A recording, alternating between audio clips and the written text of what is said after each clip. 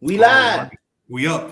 Yes. Are we on the Twitters? We on the Twitters. We on the YouTubes. Let's see how long. Let's see how long IG lasts this time. That shit gonna last 1 hour, dog, and it's gonna fade out. You already That's know. crazy. That's the crazy thing was the last time. Like last week was the only problem I ever had with that. Every other time it's worked the entire show. Very weird. Yeah, did not know what was going on with that. But they must be like changing shit. But yeah, go ahead, bro. No. All I was gonna say is, typically we would start out the pod with like a question, but when somebody passes away, typically we bring them up. And yeah, Kevin Sullivan's not here no more. He is not. And that's really all I got for that. Hey, bro. He's probably I know Hell is having a hell of a Wrestle Kingdom right now. So it's okay right now. Hey, they getting a Great American Bash 96 rematch out there. Mm-hmm. You know what I mean? But no, question of the week. If you could play in any Olympic sport and know that you can get a gold medal in it, what would it be?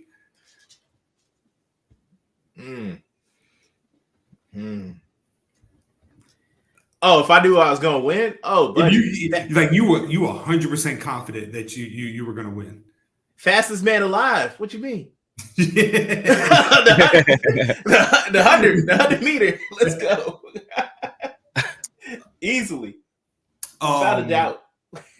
I think for me, I know for 100% I could get a gold medal in breakdancing. That's hey. Yo, that girl from Australia was terrible. Oh, shout out to nigga from Lithuania.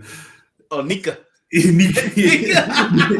Yeah, shout out to her. Oh shit. What about you, bro? Can y'all hear me? Yeah. All right, bet. For me, I think I would definitely take gold in that archery.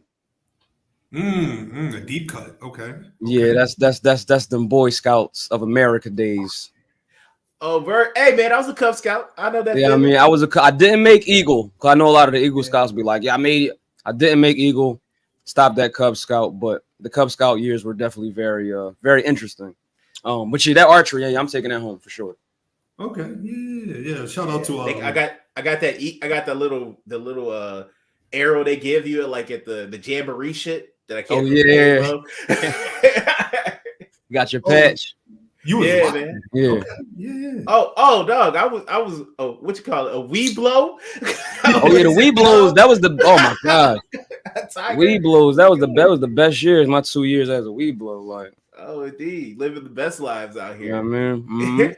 Well then, shit. Let's go ahead and let's get the show started, sir.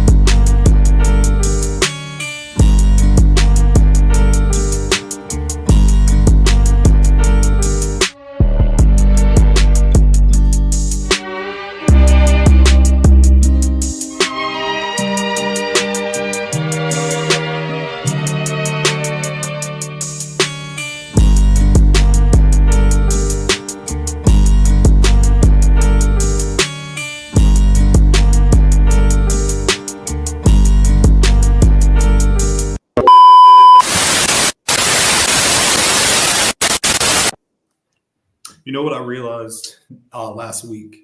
That nobody does the intro better than the Hall of Famer himself, Solo Nolo Green. So Nolo, I'm gonna let you do the intro because you do it better than nobody. You know what I mean? So do what you do, brother.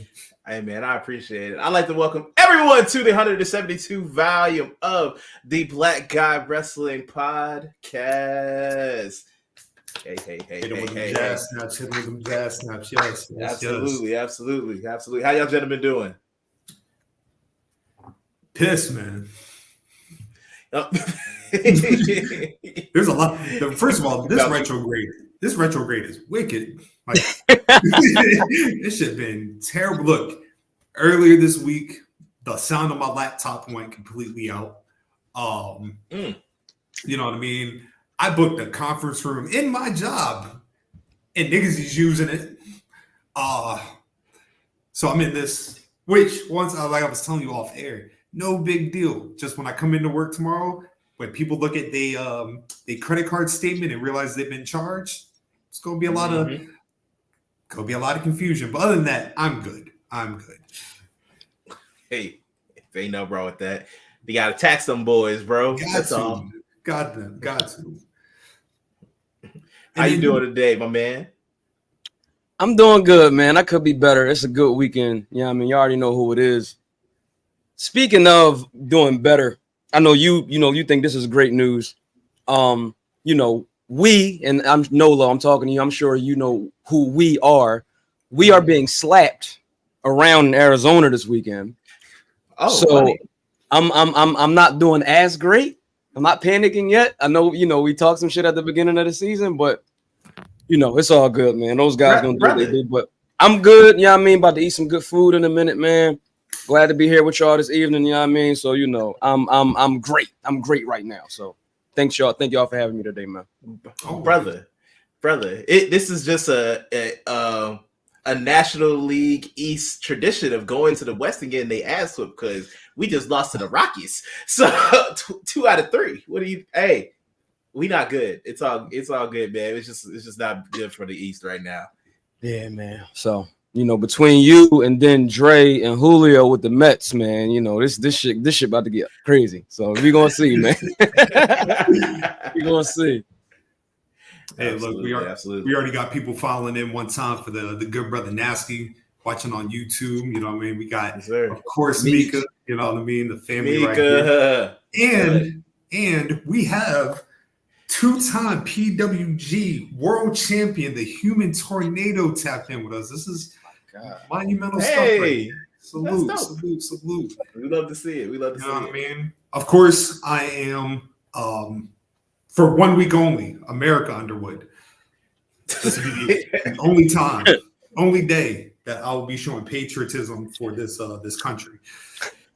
Oh, dog. My patriotism ended at the closing ceremony about an hour and a half ago. So it is okay. It is your boy Solo Nolo Green.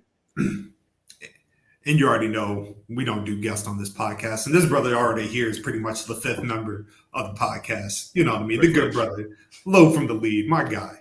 Thank you for tapping in with us, man. This was a late addition to the day, but we made it happen. Definitely made it happen. Back at the station. Yeah, man. So, this going set my week off right. You know what I mean? So that's the only way, man. That's the only way. Oh, real quick, I mean, I made the joke earlier about Kevin Sullivan not being here, and truthfully, I could care less about Kevin Sullivan to be 100% honest with you all. I'm very much forever going to be Team Nancy in the building, so that's the legend that I recognize. Yeah. But for the grander scheme, Kevin Sullivan, he did lay a foundation, having one of the most brilliant minds in the game. I guess the only question I'll ask on that topic, is there a particular favorite Kevin Sullivan memory for you gentlemen? You got it, Nolo. Oh, word? Okay. Yeah.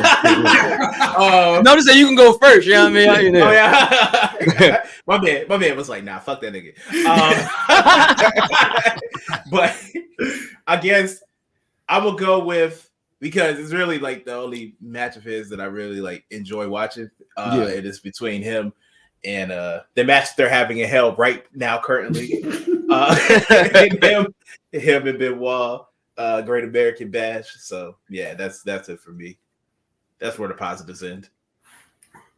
Yeah, man. I think Kev is an interesting bull. You know what I mean? Especially coming from the region that I come from. And I mean, granted, I think that whenever a wrestler dies, it's always that sense of like, damn. You know what I mean? Like, what the fuck? But Yeah, I think for me it's definitely like him and Taz's tag team work in ECW. Catching on to that when I was a young boy. I would think it was like, was it Public Enemy? I gotta look it up. It was tag team match Public Enemy. I think that's like I know like my dad really fucks with that match a lot. So y'all definitely would have to say that match. Y'all have seen that match like 20 times. So that's kind of like the first thing I think about when I think about Kellen Sullivan. It's funny. He used to walk around backstage WCW. I was seeing all of the images from documentary and shit. It was a few pictures they took of him with the Phillies jersey on and shit. I'm like, get the fuck out of here, man. That's not even your team. But what a life, man. What a fucking life, Yeah. I know for me, like I'm saying to Nolo before we got tapped in, before you locked in, I had just got done watching the Super Brawl 6 match with Brian Pillman. The one that Brian Pillman said, "I respect you, Booker man." And I think I was just more enthralled with like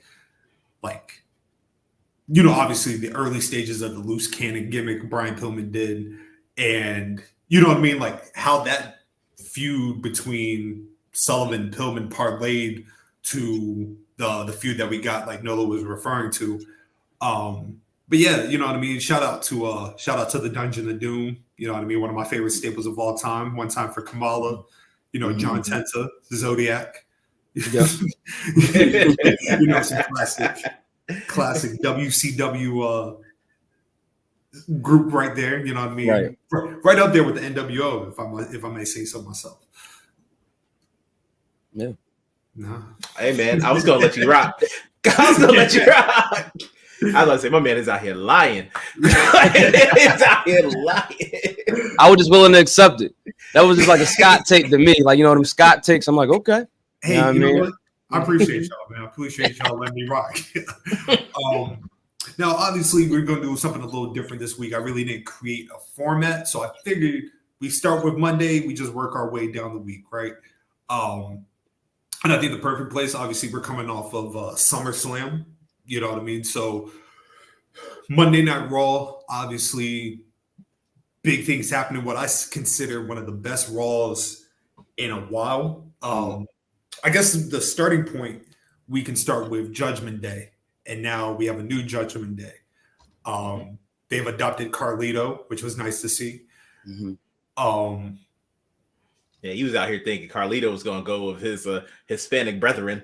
He left JD out there kind of get his ass whooped a little bit. Yeah, he did do that. Yeah. I will admit that he ain't gonna help JD at all. He just pulled him out the ring after he got annihilated.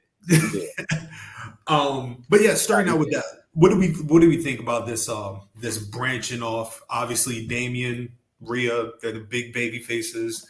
I liked actually what Finn was talking about like when Damian got the world title, he just became very like the Judgment Day was supposed to be a family, and in Finn's eyes, Damian won the world title and kind of made it himself. So do you see that Finn had some validity in what he was saying? Look at him. This Prince, man. Brother DMac. Hey, our brother DMac. What's up, man? Man, what's going on with y'all, man? So, what do we chilling? What's up? Cool and wrong. We just in here talking about Judgment Day. Yeah, should I continue? Yeah, go ahead, man. Yeah. So, like, brother. This Prince, man, all he do is gang bang and play politics. That's all he do. I think that Finn was a little like, because Finn, where he was in the placement in the Judgment Day, like Damian wins the title and he's basically Damian's number 2. He can't play the role of being number 2 for that long. This guy, I mean, Bullet Club, that, I mean, like this guy can't be he can only be number 2, but for so long. And he got one of his own up there with him, JD. And JD taking a lot, I mean, he get his receipts and shit like that. He had to eat that the other night. And so he kind of the one that's he's still going to take that fall. But it's like, you can't have one of mine up here seeing me be the number 2. And, I mean? So I don't know. He politicking a little bit. It sounded good, but you know, he politics, man. That's what he does. He gets in these groups, you know what I mean, and you know, so he politicking right now, man. It sound good, but you know, he politicking. Nolo, when you are a notorious politicker, what do you think? Hey man, to me, he was speaking the gospel. I don't know about y'all. Hey, bro, that man told him this supposed to be a family. No one is the leader. There are no leaders. And what does Rhea and Damien do? They start leading, thinking they the leader. That man Finn won't mess with that. What's it? Look, my baby out here. Okay. She's born in the UK over in New York. Hey, you can't argue with the wife, man. You can't argue with the wife. Right. I got to go with Finn too. Hey, man, she be right. She do. She be right. That's all I gotta say. Finn was justified. Finn said, "I'm gonna be the leader of this joint now. If y'all, since we want to have leaders, and get rid of both of y'all." Mac, what are you thinking, bro? Look, I got a boss that said the same thing about my office. He was like, "Hey, it's no leaders in here. You know what I'm saying? Hey, McCall, do what you got to do in this office to make it right." But guess what? When I had stepped foot to try to be, you know what I'm saying, not the official leader, but like somebody to say what need to be going on, that motherfucker wasn't fucking with it. You know what I'm saying? So Damien knew what he was doing. He was on some New York shit. He was like on some, hey, look, it's no real leaders, you know what I mean, in the group, but he wanted to be the leader. And Finn read between the bullshit. You dig what I'm saying? So he had hey, Finn did what he had to do, you know what I mean? And if you really think about it, everything that's happened to Damian Priest and Rhea Ripley is completely justified. Like, yes, they are not innocent in this whatsoever. Especially Rhea. Rhea is like, that is a white woman's tears that we are watching unfold, because she manipulated Dominic into turning his back on his pops. You know what I mean? Like, she's using him for like, the reason why Rhea Ripley retained the title so much is because of Dominic Mysterio. Real shit. Hey, Stockholm syndrome, bro. Oh yeah. And if we go all the way back, he wasn't Dirty Dom until she made him that way. That's what I'm saying, bro. Let me ask y'all a question. I gotta be a journalist real quick. And this, we could probably come back to it later on or whatever. But so real quick, I'm gonna jump on Dom. Like, you know what? Like, you know, Thanksgiving at the crib, Christmas at the crib. Like, all of this is well deserved. This is what the wrestling gods give to you when you've had your hand in that type of thing, right? The night that what's my girl name? It's been such a long weekend, fellas. I'm sorry. Liv. The week that Liv got it back, when she threw the chair, I said, tonight it begins. You know what I mean? Then they start talking the revenge tour shit. I'm like, yeah, this sounds beautiful, right? Dominic Mysterio, so far, since the incarnation of that belt, Dominic Mysterio is the greatest accessory to it. So by him being the reason for Rhea winning, exactly. No more locked doors. You dig what I'm saying? But he is he's the most important accessory to that title. So if it was like, you know, because he was, you know, very much so present when Rhea won it, very much so present when she was retaining it, he said it's gonna be on me to let this thing go. And this title, like wherever this title go, I go. Liv has the title, so he goes with her. Can we think of like any other valets, anybody, right? Because Dom is a very interesting case right now. You know what I mean? But can we think of any other like people throughout the years on the roster, superstars who might have been like the best accessory to a particular belt? As like Dominic is now to that women's title?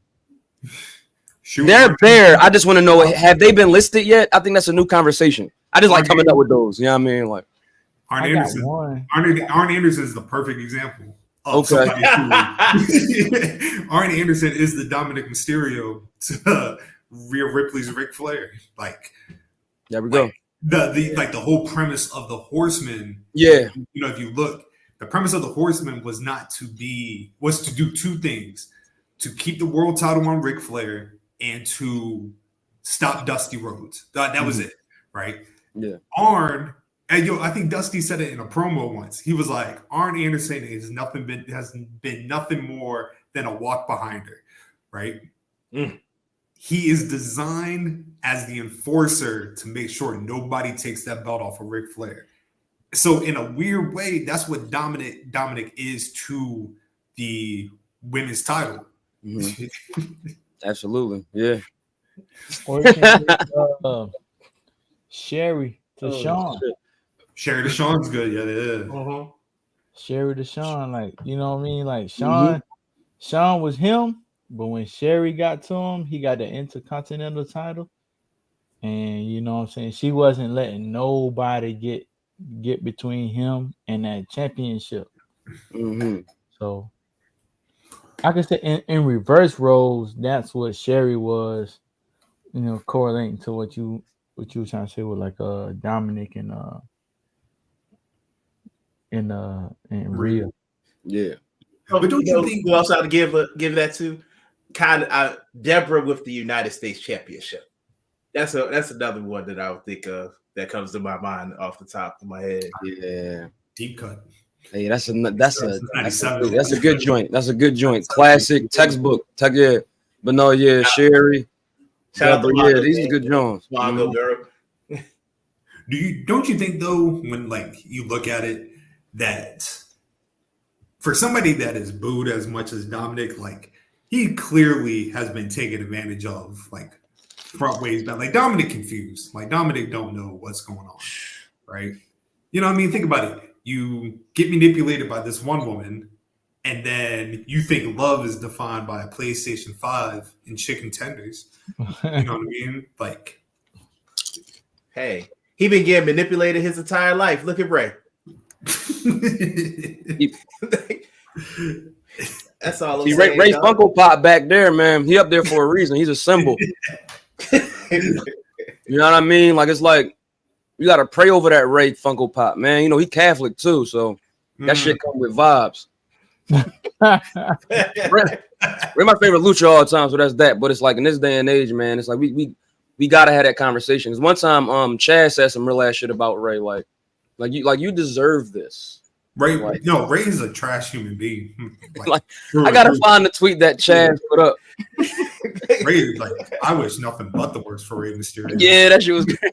He is terrible, and all like people think just because you do flips, like you deserve to be cheered. No, you are a terrible father. Dominic Mysterio is the perfect millennial like superstar, bro. Because we seen him at SummerSlam back in the day. He's at SummerSlam fucking 20 years fucking later.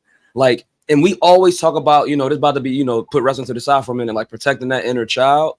When they talk about Dominic and shit, and like, you know, how like he's still being manipulated and shit like that, like I just think back to that Custody of Dominic render that everybody was remixing for SummerSlam, right? Like, you know, with Rhea and Liv. But I think about Dom face, like that blonde hair and that innocent blonde face and shit. And me being a kid at that time, identifying with Dom in a certain aspect, right? I wasn't going through the same thing as him, but looking at this kid on television, like, oh shit, this kid get to be on wrestling and shit, and you know. But Dom, man, like he's still trying to protect that inner child in the most problematic ways. I'm not that mad at him, but yeah, Dom is a fucking anomaly right now, man. The documentary is going to be crazy one day. Oh, the documentary is going to be official, like the Domumentary. That shit going, man. Look. Domumentary, yeah. Hey man. Hey, no, Hernandez. Yo, Hernandez this shit was hilarious. Hey man, that man Dom got he turned heel twice and got more cheers the second time he turned heel than he ever did as a face. Yeah, so shout out to that man. Not a first. It's like, because I mean, I pride myself for being a wrestling aficionado, you know what I'm saying? But is that like the very first, like somebody became heel, then more heel? You know what I mean? I know that's like the Instagram, Twitter little thing right now, but he legit became. He was like a heel, then became like more heel, bro. Like Yeah, Healer. the heat is Dude, there. That like I've been trying like I've been on my historical kick and everything. And like you've seen like the instance where like a heel will go babyface for like a week and then he'll turn on the partner again. Like there's been nothing redeeming about Dominic Mysterio. like nothing Dominic has done has warranted a cheer. And then you somehow made yourself an even bigger hero. If you think about it, that's some like an innovative shit, right? Yeah. yeah. You know what I mean? Like if it wasn't gonna be Braun, I would have put the Intercontinental title on Dominic in the next few months. Oh, that'd have been a dope power couple. Look at him. And the heat would have been worse. Oh, been crazy. Yeah, they would have. Oh my god! But yo, so y'all think that's in the running? It should. Gotta be. It got so yeah. So who so Braun loses it to who? And how long do Braun go on this current run? Or do he get involved with the Judgment Day? Like I don't know. I think it's gonna be some screwy shit when Dom does win a title. That would make crazy sense. It has to be. Shenanigans has to be afoot. Has to be. And that's gonna make Braun hotter too. I think Braun got 5 to Rumble with the title. Okay, yeah, that's fair. Yeah, that's. But then, so like the question, right? What do you like? Where does this feud really end at? Because clearly you're getting to Damian and Finn, right? Yeah. But Damian got to run through everybody, right? So Damian's got to run through Carlito. He's got to go to. He's already taken care of JD, but he's probably got to beat him up again, right? Is Dominic like the final boss in all this? Because I feel like you have the big match with Finn, but Dominic is I think that's the person like you have to get your hands on last. Like it's like the old trope, like the 80s when the big baby face finally gets his hands on Bobby Heenan type shit. He's also the little brother. He the little brother of the whole thing. He's up like Damian's always like Dom, even though Dom be doing dumb shit. And then when he was messing up with Rhea, when he was dealing with Liv the entire time, but he was H-Time. Damian was always looking out for him for his best interest.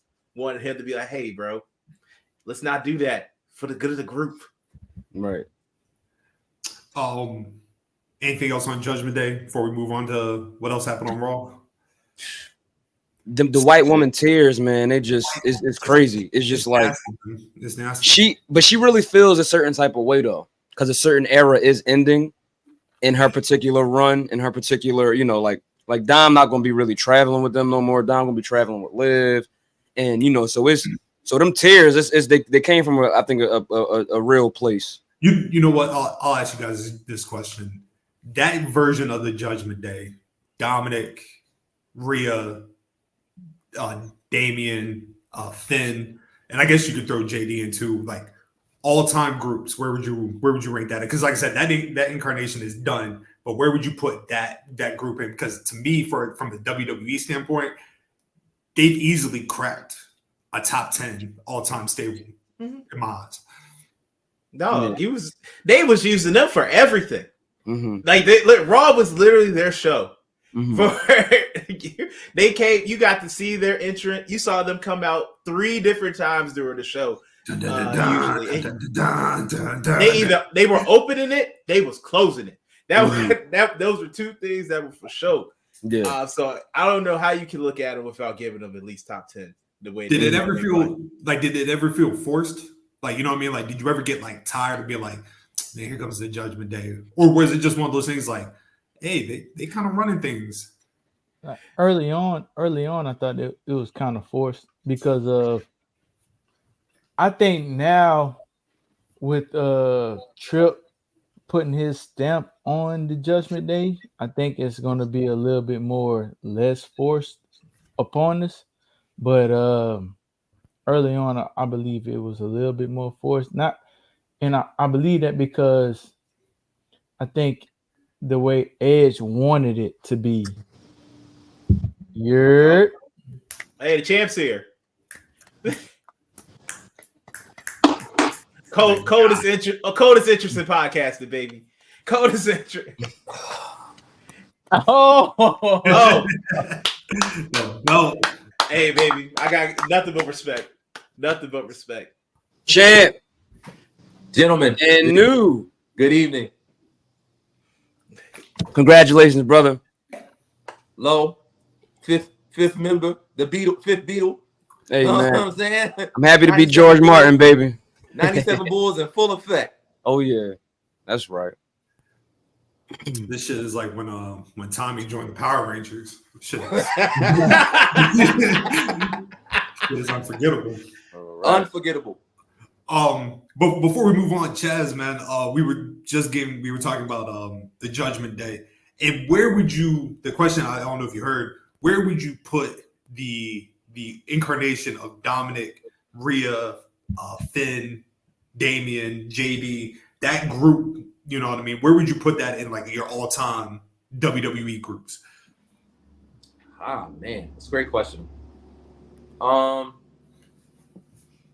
It felt like they accomplished a lot, and then at the same time, not to say they didn't accomplish anything, but it was like kind of short-lived. All right, so are we going back? You're not mentioning with Adam Copeland and before, and just this iteration. No, the good version. Nah, we don't talk about that version. Say less. It's like 2020. Say less. All right. In my all time. All time. Like all-time I'm gonna WWE groups and everything, Okay. stables.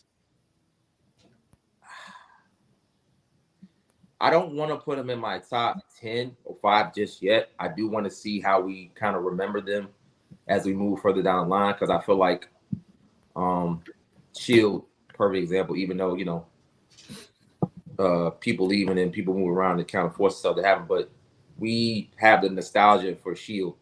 And although they were really good, what adds to is how we think about them, and then how their legacy shaped up, and how excited we get every time we see them. So I don't know if that's going to be the same right now for Judgment Day, but I did enjoy what it was. I enjoyed it for how it developed, especially after what happened with the person we don't talk about. At one point, I did get tired of it because I thought it ran its course, but with it, you know, with Dom kind of taking his own, and then them adding like new pieces, and especially with like quote unquote R-Truth and then Carlito, they added like the human value. So I enjoyed it for what it was. So I want to definitely come revisit this, because I mean, for all that they gave us in the short amount of time they gave this, I really did enjoy the impact of what Judgment Day had, and now we're about to see the fruits of that labor. Mm-hmm. Hopefully in the same space that you know the Shield took shape once they all kind of separated. Yo, I will y'all continue the conversation. I will be right back. I gotta do something real quick, so I'll be right back. Oh no, you good? You good, bro? So I would like to say I never got tired of them. I did like the joke, like when somebody comes to Raw, they about to start off at Raw, and then the Judgment Day music hits. To me, that's a hilarious joke. Yeah. I never really got like tired of seeing them on my TV, where I was like, yo, why do they keep bringing us these dudes every single time? Yeah, like that. I never had like that type of affinity. And that's a good sign when you can't think of a time you like, again, like that's a big sign, especially for me. Yeah. This is the thing. I'm gonna go with Mac a little bit if I can. I thought in the beginning, you know, with Edge and everything, shit definitely was kind of like a bit forced. We know Edge has the band Alter Bridge, you know, the song we all know and love from Edge's career is done by Alter Bridge. Then they did the new Judgment Day 15 for Alter Bridge, and I'm like, all right, cool. But like once we started seeing the work, I'm like, I don't know if Edge really belonged in this thing. I think the right decision was made, but after that, it was all downhill. Everything just synced so perfectly. Absolutely.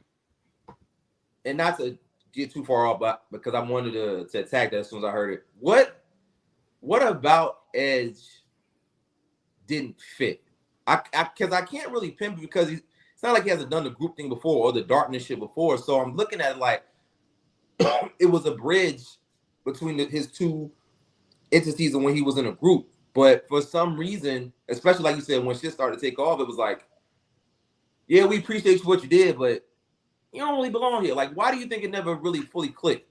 Oh, I'm sorry to interrupt you. I got you because that shit sucked. He sucked. Nobody wanted to see Adam Copeland on TV like that. Nobody wanted to boo Adam Copeland. So you know what I mean? Like, it could have worked, right? Yeah. Could have worked, but ain't nobody was trying to boo him at the time. You know what I mean? Like, it didn't.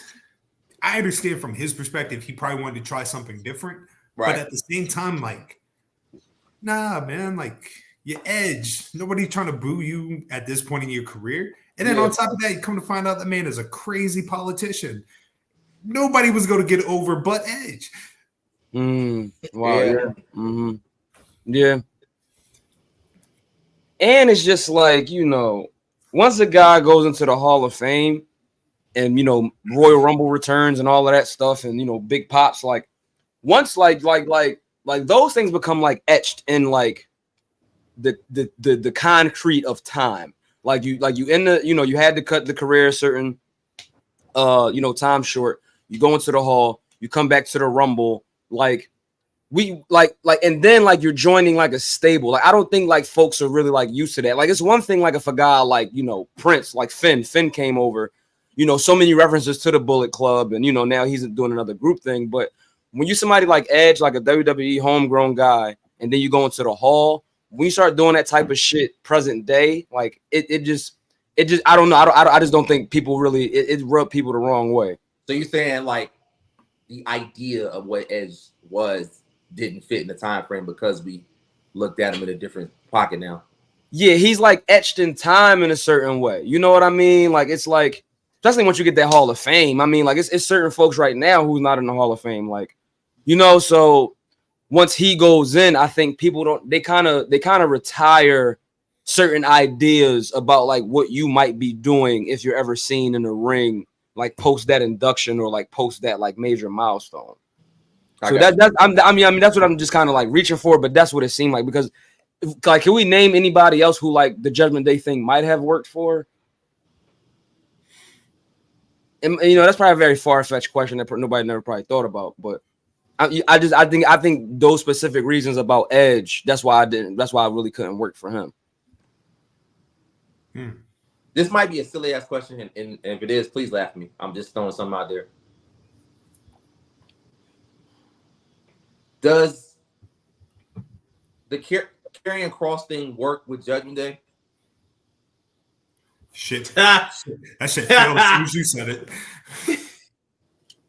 I got you. Actually, I see why you asked it though, Chaz. Absolutely. I mean, because from what I'm looking now, when he's doing this whole, you know, ministry thing, it gets no pop. Now I don't know it's because it's him or it's because of what it's not. That man is a failed cult leader. Yeah.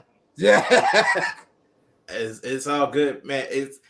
And I don't even hate like Cross, honestly. Like it's not like he comes on my screen and I want to like immediately turn it off. It's just that it just doesn't move me. That's all. Like nothing against him, like personally.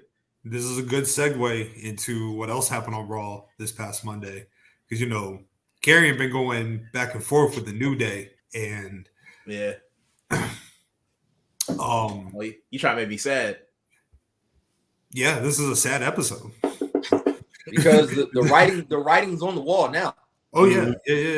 You know, and so to answer for my opinion, I don't mind Karrion Kross. I think just Karrion Kross just hasn't.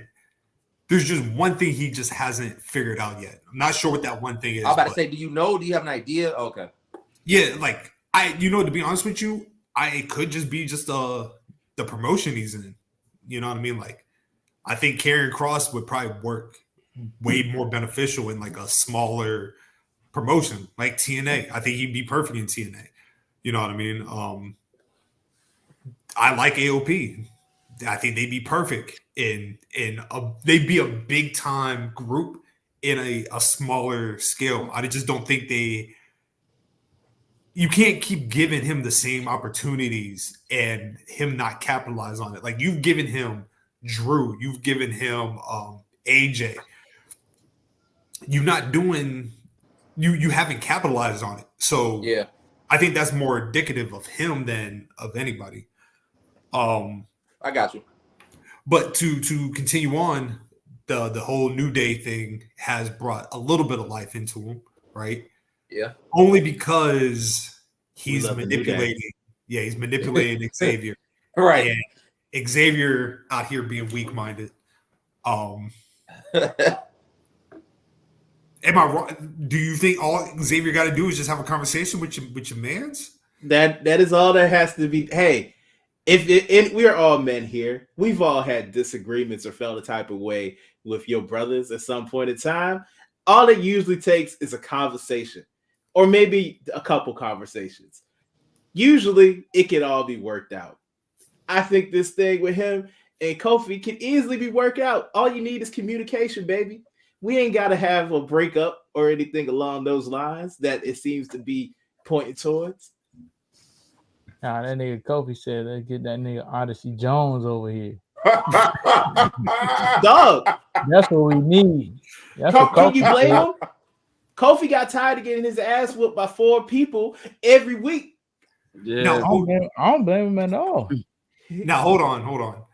Could Kofi have also just communicated like, hey, I linked up with my man in the PC. He'd be perfect to come help us. Hey, again, okay. Two things can be true. Yes. Like when this morning when our guy Xavier was talking about the Tony versus Steve thing for Marvel. All Steve Rogers had to do was just tell Iron Man what was going on. He might not have liked it. He might not even supported it. But the main hurt was that he didn't have the conversation with him that his man's killed his other man's parents. Yeah. I'm gonna put you on the spot then, all of y'all. Uh-oh. Who's at fault right now between Kofi and Xavier? And you can't say both. You have to pick. Whose side are you on? I'm gonna go with Xavier. Yeah, I'm gonna say Xavier too. Okay. Yeah. Xavier. I'm gonna say Xavier because he's allowing miscommunication Yes. to cloud his judgment. What is the possibility that Kofi knows exactly what he's doing and Oh no! No. because everybody keeps talking about how it's like Xavier would be the one to turn on Kofi. It ain't that it's not that, Dog. you know what I mean? Like Big money Yeah. Kofi. because if you think about it, like Kofi could have easily been like, hey Xavier, XYZ. No, he linked up with Odyssey Jones. You know what I mean? He's been interrupting Xavier Woods. Mm-hmm. That's all I'm Oh saying. man. That's all I'm Don't do saying. this to me, bro. I almost wore my New Day shirt today. Almost did. I'm just saying when you see that when you see Xavier get hit with that Trouble in Paradise. Oh, Has Kofi been a heel before? Yes. That's Yeah. what's gonna happen. He has been a heel. I was saying the yes. New Day have been heels. No, I was saying I'm yeah, asking- but I was saying yes to that's how it's gonna happen, Scott. No. I was saying, has Kofi been a heel before? Outside of the New Day, yes, he has. He's been a heel in the New Day, but he was a heel in the very early stages of his career when he was wrestling in Boston. Okay. But as far as like at this point of his career, nah. And Not has as- Xavier been a heel? Can you really boo Xavier? Yes, not. Huh? Remember, Xavier is the one that gave the speech. Okay? Yes. Xavier's always been the glue. He's been the kind of like the New Day. You know what I mean? He's been like the one. He plays the trombone. The glue He guy. was the one that was always first on the mic. Granted, we heard E do the announcement, but Xavier was that solidifier of the New Day. You know what I mean? He gave that speech in the white button up, like I'll never forget it. You know what I mean? With the glasses on, throw out. Oh. And yeah, I think that's definitely how it's gonna happen. That's how it has to happen, Scott. So Trouble in Paradise that won the WWE title with those guys, and it's gonna break the thing up when it's time. So. How do we like the Odyssey Jones date? My bad, Lo. My bad, cousin. I'm saying. I'm just saying, man. That's the poetry, man. That's how I think it's gonna go. How do we like the Odyssey Jones debut? You know what I mean? Because Odyssey, he's been in catering for a long time, so hella long. Fucking that salmon up. For him to pop up, you know what I mean? Hit both AOP with the sidewalk slams at the same time. Like that's that was wild. That was crazy. He did that joke with ease. Yo, babysitted them. He picked the kids up like it was easy. Like they was food line bags or some shit. Shoot, I think people forget, man, the NXT breakout tournament. He was in the finals with Carmelo. You know what I mean? Like I think they saw big things in him, and so like he fits with Kofi. Damn. That's all. He'll Kofi with his big ass enforcer. He fits for hypothetically, walk with me on this fantasy booking. WrestleMania Las Vegas, Kofi and Odyssey Jones against Xavier and a returning Big E. What we doing? What we doing? Just nothing but sadness? Crying in the stands. Crying. I didn't know he was gonna go there. I thought he was going somewhere else with it. Nah, man. I think he's gonna wrestle again, bro. That's why I said it's a fantasy book. Oh, okay, my bad. Yeah. Hey, man. Damn. Why don't you use want me to cry? Big E they gotta go over in this fantasy booking. Big E and Xavier gotta go over. Ain't no other way. I mean, depending on what kind of gas it got coming into Mania, like depending on the gas, like depending on what Kofi doing, like I don't know, Odyssey Jones might have something with I'm about to do the thing. I'm about to say Jonah. Bronson. There might be something near on Raw. I don't know, some big man shit, but I don't know, man. Like into the, you know, in a situation like that, you know what I mean? Like depending on how much gas it got, or depending on how much gas it would have, I don't know. Like Odyssey would probably go over with Kofi if it makes sense, but. Given just like a regular fantasy booking, like I think Xavier, because he's carrying with him the spirit of New Day into that match, and with a returning Big E, so yeah, that's how I say it. I don't want to talk about like in comparison, but like clearly just from Monday's tweet, like Big E gave like the endorsement to Odyssey, like said he was the future and everything like that. Do you think if Odyssey becoming the third member of the New Day, like do you think it becomes too much of like people would just compare like, oh, this is not the New Day we know, or is this something that you could give an honest try to, knowing that Big E probably will never wrestle again? Are you willing to give Odyssey an opportunity in the New Day? I think we are. I think people like us are, because nobody can ever take away what we know is New Day. Nobody can ever take away Big E's spot. I mean, plus, you know what I mean, big black nigga. You know what I mean? You want to give motherfuckers like that a chance. So, I would support it, but the sauteing you just did there, you have a beautiful WrestleMania chaotic moment that you could have, because I don't think Big E's gonna wrestle again, but that ain't stopping him from actually showing up and being referee. Shit, that's even sadder. That's what I want. That's what I want. What is up with y'all wanting these sad ass things to happen? We can't have. I just want. Hold on. Uh-oh. Wait, who said this? No, I did. Me. Didn't you say you want to see Bryan Danielson the Glory last week? Hey, you know what I know? We're getting there. Oh, okay. I'm sorry.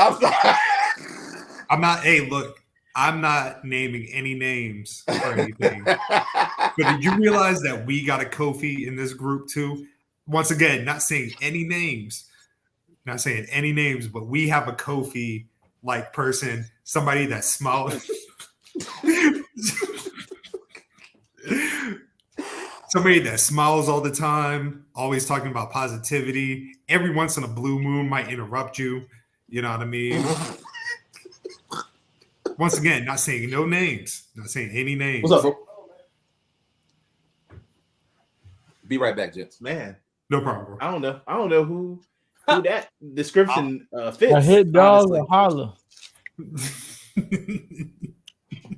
I don't see no dog hitting.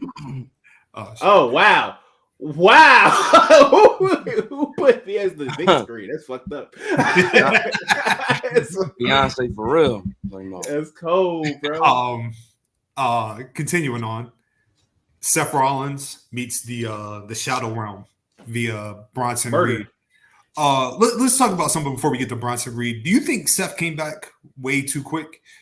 Yeah, and I think WWE made it known that he came too quick by putting him on the shelf with Bronson Reed. Like, I think they knew. I think everybody knew. You know what I'm saying? Like, even us in our private group chats, we was like, "Yo, like, what's up with Seth?" Like, he wasn't really hitting the way he was supposed to. You know what I mean? Like in his match when he first came back, like a lot of his moves was a little bit off. You dig what I'm saying? So I think WWE knew the same way, and this is their way of letting them get back to 110% to the Seth freaking Rollins that he need to be. So are you saying they put a hit out on him to sit his ass down? It's the perfect way to send him off. If I had to be sent off, like, yeah, hey, send that 300-pound nigga. Let him splash me about 15 times, and yeah, I'll go chill at the crib. Y'all paying me? Right. Dog, he hit that man with the tsunami like 6 times. Like 6 times. He just kept going upstairs. I'm Yo. like, God damn. That's my man too. I'm like, yo, how many Mike? I'm like, he gonna give him like 9? Like it just got crazy. Like, and the pop of the crowd each time, it's just like that shit was classic. That was a raw moment. That was a moment, you know what I mean? You know. Literally and figuratively. Yeah. I So told you, man. it did double justice. It was like it boosted the cachet of Bronson Reed that they've been trying to do, but also it sent Seth home. You know, Yeah, packed him up. Look for a little bit. For a little bit. Packed him. Send Seth home. Absolutely. Hey, yo, can I take a moment to compliment someone real quick? Yeah, sure. Chaz, you have an excellent shirt, my brother. Yeah, that's that John. Yeah, man. That's that one. That shit is fire. I just wanted to say that. That's your hard. I ain't gonna hold you. Mm-hmm. That's like top 3 Razor shirts, top 3, top 2 for sure. Yeah, absolutely. Mm-hmm. Yeah. All praise to the Most High, and all praise to Etsy. I found a black-owned woman That's that design. That was getting rid of the shirts. She had one left. I was at the right place at God's time, and let the church say amen. Amen. Hallelujah. Amen. Yeah, they come through with the prints on time, like especially like the Razor font, like it's clean. It's I appreciate that, man. Thank y'all, man. Yeah, that's your hard. Shout out to supporting these artists out here too, man. If y'all want some deep cuts, y'all should go to Esty. Esty got some dope ass wrestling shirts. Oh, word. That's where I got it from. Yeah. Yes, sir. She was, and like you can filter in like what you want, like black ownership, and it has so many options.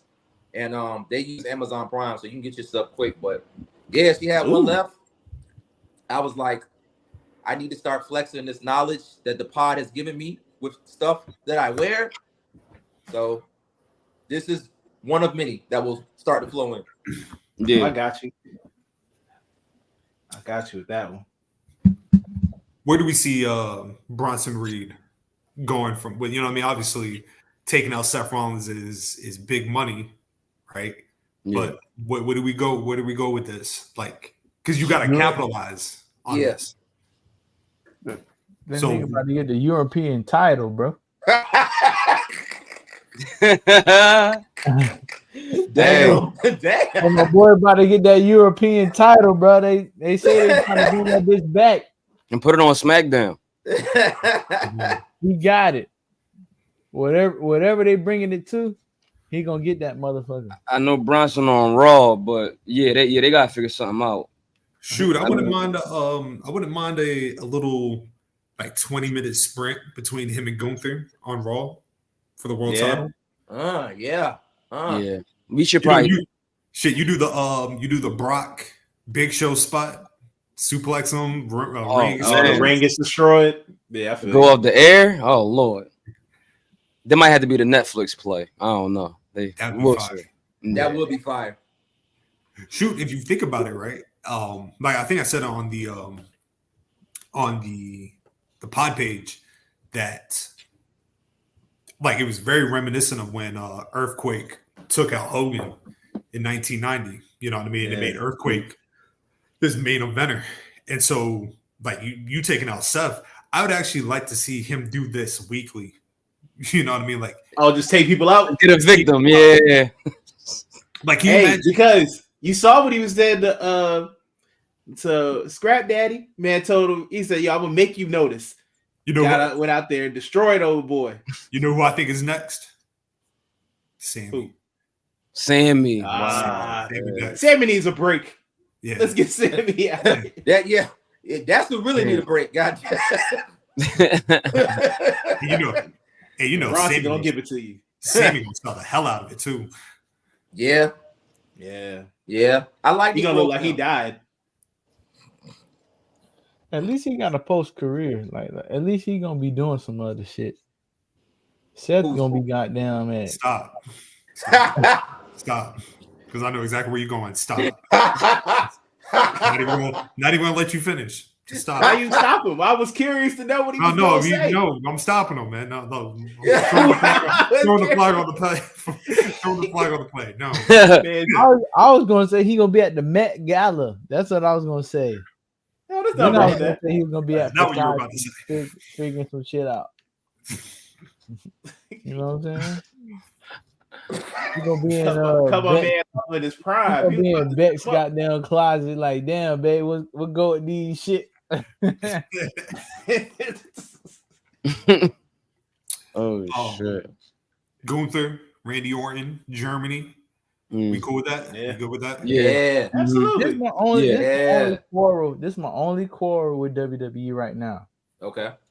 Fire matches they got going on with the Bash in Berlin, right? Right. With Cody and KO and Seth and RKO. I mean, not Seth, but Gunther and Randy. Out the fucking blue. Like It's not out the blue though. Why not? Not for Randy, at least. Because you remember Randy has a the legit ring. reason. Randy, okay. Yeah, Randy- think of the ring thing. Randy has a legit reason. He never beat him. Yeah. I stand corrected, blood. But, but the Cody and the KO, that's for. So remember when I put in the group chat, like I'm a boxing nigga. So it seems like they about to go into some shit like with Cody, to where like he gonna be like Canelo. Elaborate. All right, so Canelo Alvarez is a boxer. He been doing his thing since forever. Like he fought Floyd, he fought everybody, right? But the only person that he caught at the right time where they could whoop his ass was Floyd. Like Floyd don't have an age. Like that nigga's ageless. I think he can just. I still think like he can come back out of retirement and whip anybody's ass. Right. But with Canelo, his career been like handed off for like, you know what? Fight Miguel Cotto right now. Yeah. He's a name, but he's washed. Fight like, and I think that's what they're going with. Like, if I was the booker, I'd be like, you know what, Cody, fight all these big names right now. You finally got the belt, but you hand picking, you cherry picking. You know how like when you play ball, when you be like, man, you send somebody down court and you just throw the ball down there, Mhm. and they be like, "Damn, you cherry picking." Mhm. That's how I think. That's how I would book them. Be like, you know what? You finally got the belt, but man, shit, cherry pick the champs until you get back to Roman to get that Hills theme back in. Like, that's never been done in wrestling because like the top champion always been faced against somebody that's been him. But if you can book a affordable, my bad, I know what I'm you mean. making the word Formidable. if you could book like an opponent against Cody that got a big name but pretty much over the hill, it can boost up the Cody versus Roman again. Cause like what else can you do with Cody? Like we really wanted the fucking storybook ending with Cody, but now it's like how can you book the third iteration into that championship bout? Mhm. That's how I look at it. That'd be creative. Yeah, but that's just me on my Scotland Underwood shit, man. That's right. That boxing scenario, yeah. I mean, right. that boxing scenario does kind of like make sense in a world where like the WWE is becoming more sports oriented, in terms of the presentation and shit. But yeah, I mean, and those that get it would get it. But yeah, I ain't too mad at that at all. Like they say, like he's just going against like this fire opponents, but they came off a loss, like because like SmackDown built the perfect story to it. Like Kevin Owens, like, bro, I don't deserve this shit. I don't need like you want to face me. I've been losing all my fucking matches by myself. But then like the next opponent, yeah, it's a raw nigga, but like, bro, I've been getting my ass whooped. No, I want to fight you. Okay, cool. You fight me out and you win. But what's the cachet on that shit? What do you gain off of that? Roman, hate him.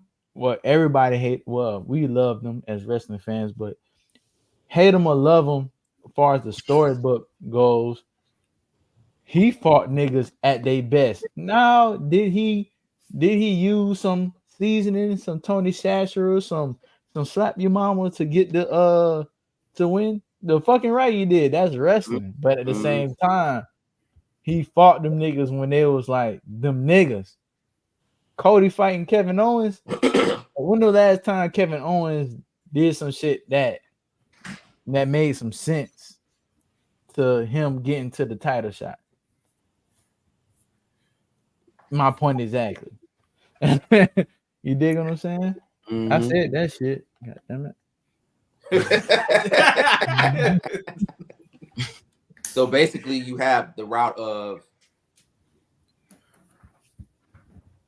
he's his own booker. He's really good. That starts to get people nerves. Becomes like an anti-hero. You don't boo him, but you don't necessarily overly love him. And then he morphs into Colander and then loses the title to Superman.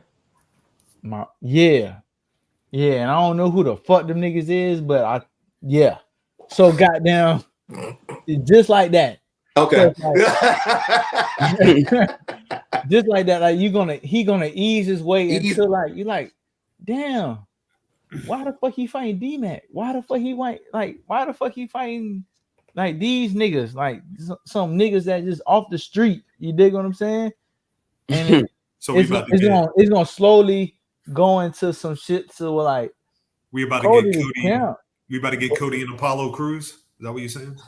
Yeah, like he slowly fighting into some like he fighting some niggas, but they ain't them niggas. And Undertaker just said that he wanted to come back. Like, come on, bro. No, we're not. No. Cody gonna beat the Undertaker, and we're gonna be like, nah, bro. Like, this nigga, that's what I'm saying. Like, the Undertaker was Undertaker. Like, don't get me wrong, the Undertaker is always gonna be Undertaker, brother. He's the fucking Undertaker. That nigga is He's not the Undertaker now.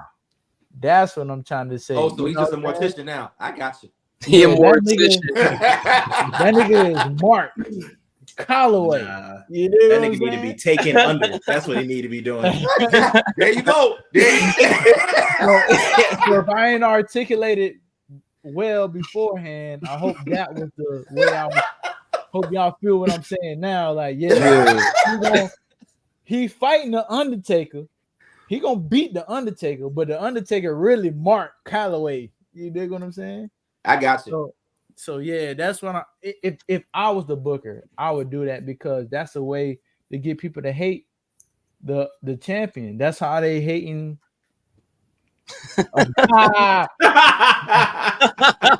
Which God one? damn. Nigga? Like, come on, Tony. Like hey, Undertaker was a wild boy. Like he ain't always been Christian. He had and that's his Undertaker third wife. roster. That's his third wife.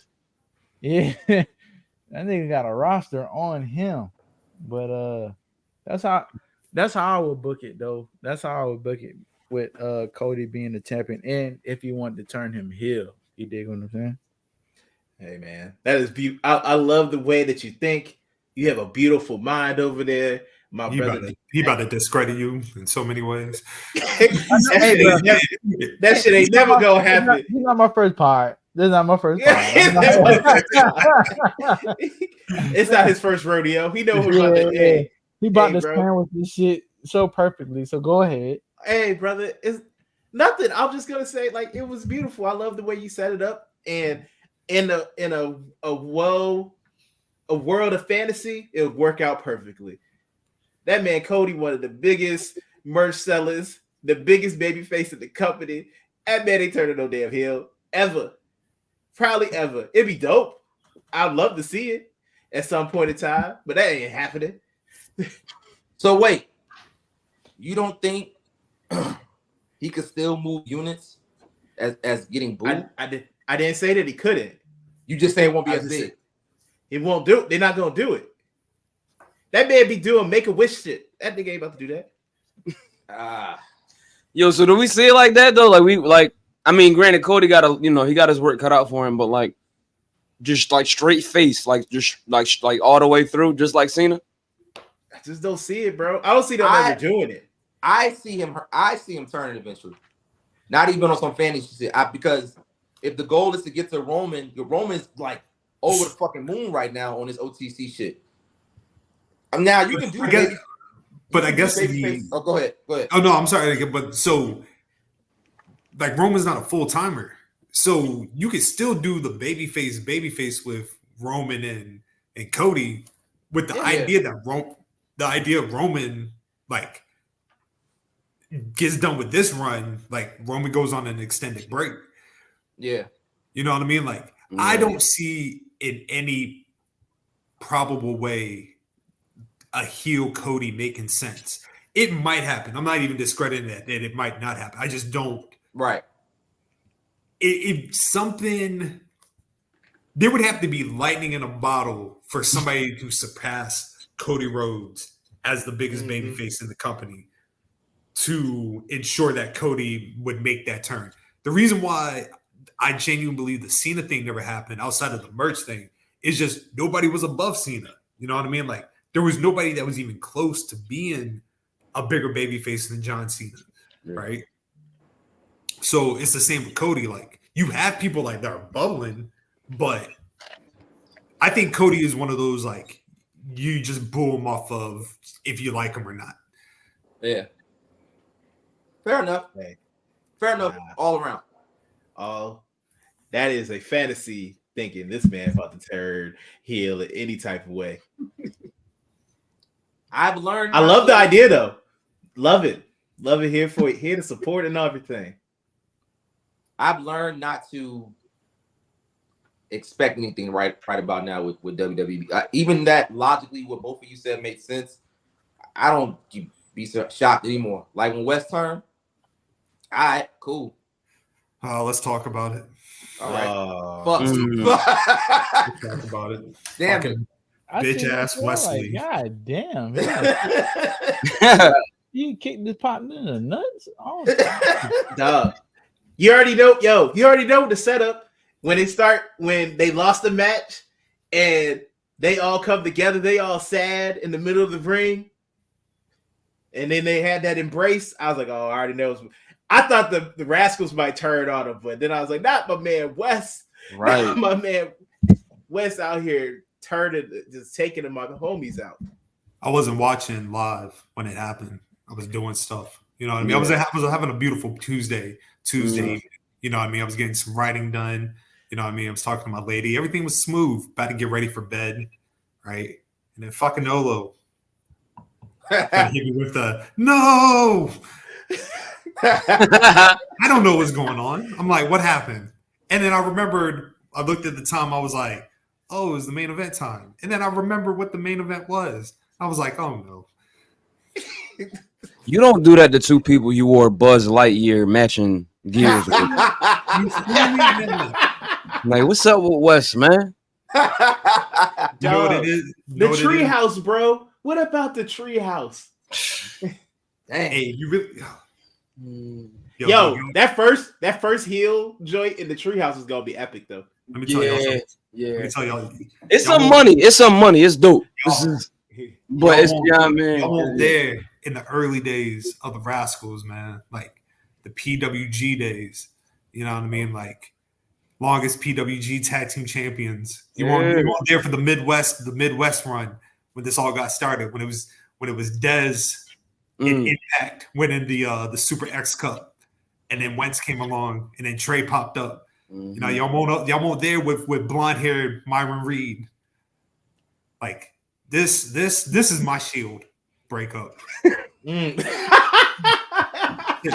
made me sick. Yo, I love God, bro. Every time you talk about every time you talk about Motor City Machine Guns and these niggas, my God, it is the most entertaining shit ever, yo. Bro, it was just about 2 weeks ago. I watched the Motor City Machine Guns return to Impact when they went against Dez and Wentz. I'm sure you did. And it was so good, I watched it again immediately after. I'm sure you did. Oh man, I still remember that because I don't think you were watching it. And then I was like, hey, because they watched it the next day. I was like, hey, you should really watch this the Impact pay-per-view. And I was like, why? And I was like, just watch the first match, bro. You just need to watch the first one. There and I he was am. like, my niggas. There I am in the distribution center going crazy. You know what I mean? Like, but you know, it is a dynamic because we're now about to see a heel Wesley, right? And what does that look like? You know what I mean? Like, what does a heel Wesley look like? Because for all intents and purposes, the nigga not nice on the mic. So, like, I've never pegged Wes as like strong as a promo. So, what do we get? What does the heel Wes look like for you? It could morph into something better. This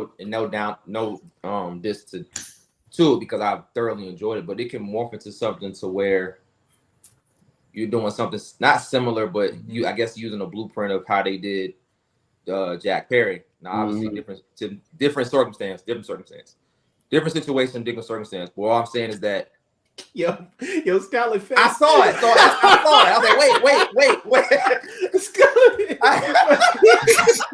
No, I seen it. I knew it was gonna come. It's fucking insane. Oh, wait. I was like, wait. My man said, how dare you? What the fuck? How dare you? It's like the shit Nolo said last week. Like, what y'all doing? I was right. I was right. I'm still gonna be right. Anyway. Because we're gonna get back to that. But what I'm saying is this: you have not a walk in the park blueprint, but something you can kind of like. All right, well, nobody expected Jack Perry to become this type of heel, because we all thought the Jungle Boy thing wasn't, well, I guess all of us, but it kind of lost steam for a little bit, and then everything kind of morphed with CM Punk and all the other shit, but. Just to try to say, like, all right, well, I've never seen this person heel. I've never seen, what that can possibly lead. Because, like you said, most heels generally they're solid on the mic or they're solid with their wordplay. Wes doesn't have that, so you're gonna have to figure out what can we highlight. What is his strengths, and then how can we morph that into something where it's plausible because you got something with the whole idea of he can't win, he can't get his title back, he keep losing. He thought, he bring his friends around, that was gonna help. It didn't, lost again. So now it's like, all right, well, I'm about to just. I'm not gonna take responsibility. I'm gonna blame everybody else, and I'm gonna figure out another way to get to the top. So, yeah, you have some room to play with. I just need to see what it is. Shoot, he might be on his 93 Sean. You know what I mean? 90, Because if anybody can pull it off, it could be right. West. You know what I mean? Yeah. Prior to that 93, was Sean heel? Was he always babyface to that point? I think it was the forever Rockers though. days, yeah. Like, even when he was face, he was slick heel. Like I don't like 95. He was face, but you can say he was a heel then too. Like he was never really face like that.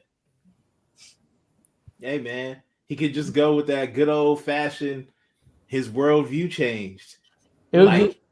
He thought that he did everything he could to try to get his first. He never lost his title. Comes all the way back. Right. Does the right thing. Goes up against the champion. Can't beat him. Then man was ready to get up out of there, and then his homeboys came around, cheered him up. He was having a great time with them. Then they tried to make that old thing back. MSK tried to get the tag team titles that again never lost, and couldn't do it again. And then it just messed up his entire way of looking at things. And he's just like, "Yo, something has to change. So I'm not doing it with my friends. I'm not doing it the old way. Everybody got to go. It's me against everybody. And now I just got to do this the fucked up way." Actually, if you pay attention, you go back. He was never really, his facial expressions when like the Rascal went back with the Rascals were never fully like 100%. Like, you know what I mean? Like he never looked enthused the entire time. Like, hey, it's cool, my boys are here, but nigga, why are y'all here? Like, why are y'all here? Like, why? Like, y'all supposed to be over there. Yeah. Like, you know I've done bigger things since y'all been gone, right? Yeah. Yeah. So you have the elements. You have the angles. Now it's just about can we believe in it? Because I mean, you got the right person, quarterback in the right. You got the coach Sean with the right plays. If anybody knows how to do it properly, it's him. So I think he can pull it off. I want to believe he can pull it off. I mean, there's many routes you can go. Like obviously the big one being him and Trick having like a like to me that's what I wanted to be the Vegas stand and deliver even before the Rascals came back. Just because I think Wes has earned his like an NXT title run. Yeah. So he never had it before? He's never had it. No. I got you. He was the North American champion forever. The best North American champion. Greatest. Shout out also to Tavion Heights. Right now, wrestling Noah, cooking, competing in the N1 victory. The stock is rising. Yeah.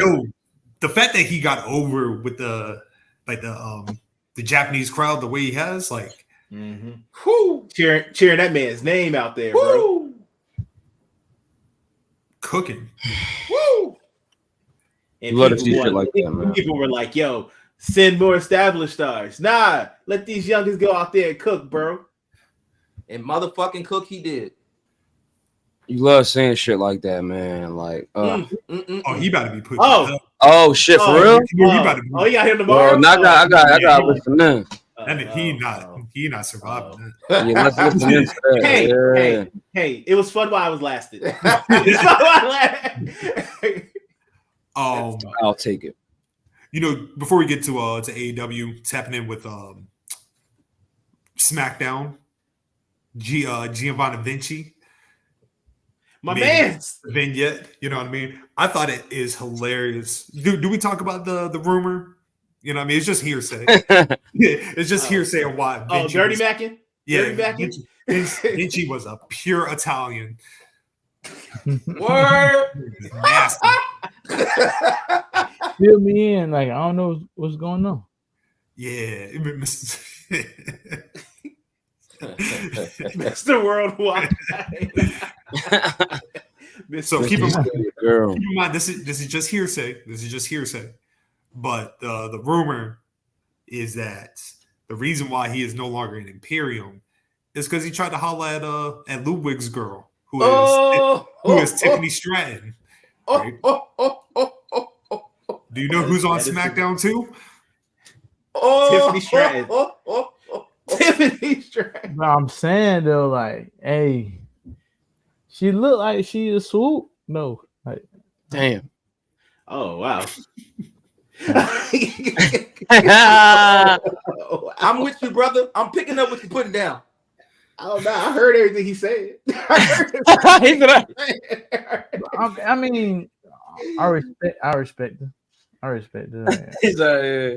But at the same time, though,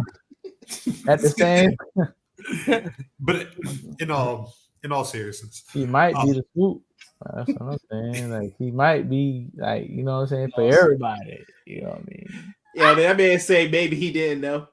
he knew. He knew. He knew. Hey, yeah. Hey, dog. Hey, bro. I'm not saying all of y'all are in relationships. Yeah. I know of Strong. each and every one of y'all girls. That's your man. That's his man's. I'm sure he knew who his girl was. But you also know when somebody all right, you in a room with everybody, girl, and she give you a different little look. You dig what I'm saying? Oh man. Yeah, that's what I mean. I'm just looking at your reaction. I was gonna say, you notice he ain't trying to Vinci ain't trying to holler at Gunther's wife. He sure didn't. He knew which one to go at. She probably ain't give him that look. You know what I mean? Give him that look. You know what I mean? Like, come on, bro. Like, you know, am I the only one that know about? Do I need to put my hat back on? Nah, you. Okay. I know what you're talking about, brother. I'm just saying, that sometimes you get in a little room where, you know, with somebody be like, "Hey, this mine," and then she look at it. She kind of look at you like, "I'm not his." And I'm not saying that you gotta act upon it. Like, if you, I'm never gonna be that person. But at the same time, my boy probably seen that look and was like, and he pounced upon it. You dig what I'm saying? I'd rather him doing that against like a minor, like the rest of them wrestling ass niggas. You know what I'm saying? Italian Claudio Castagnoli probably saw an opportunity for him to, like, hey.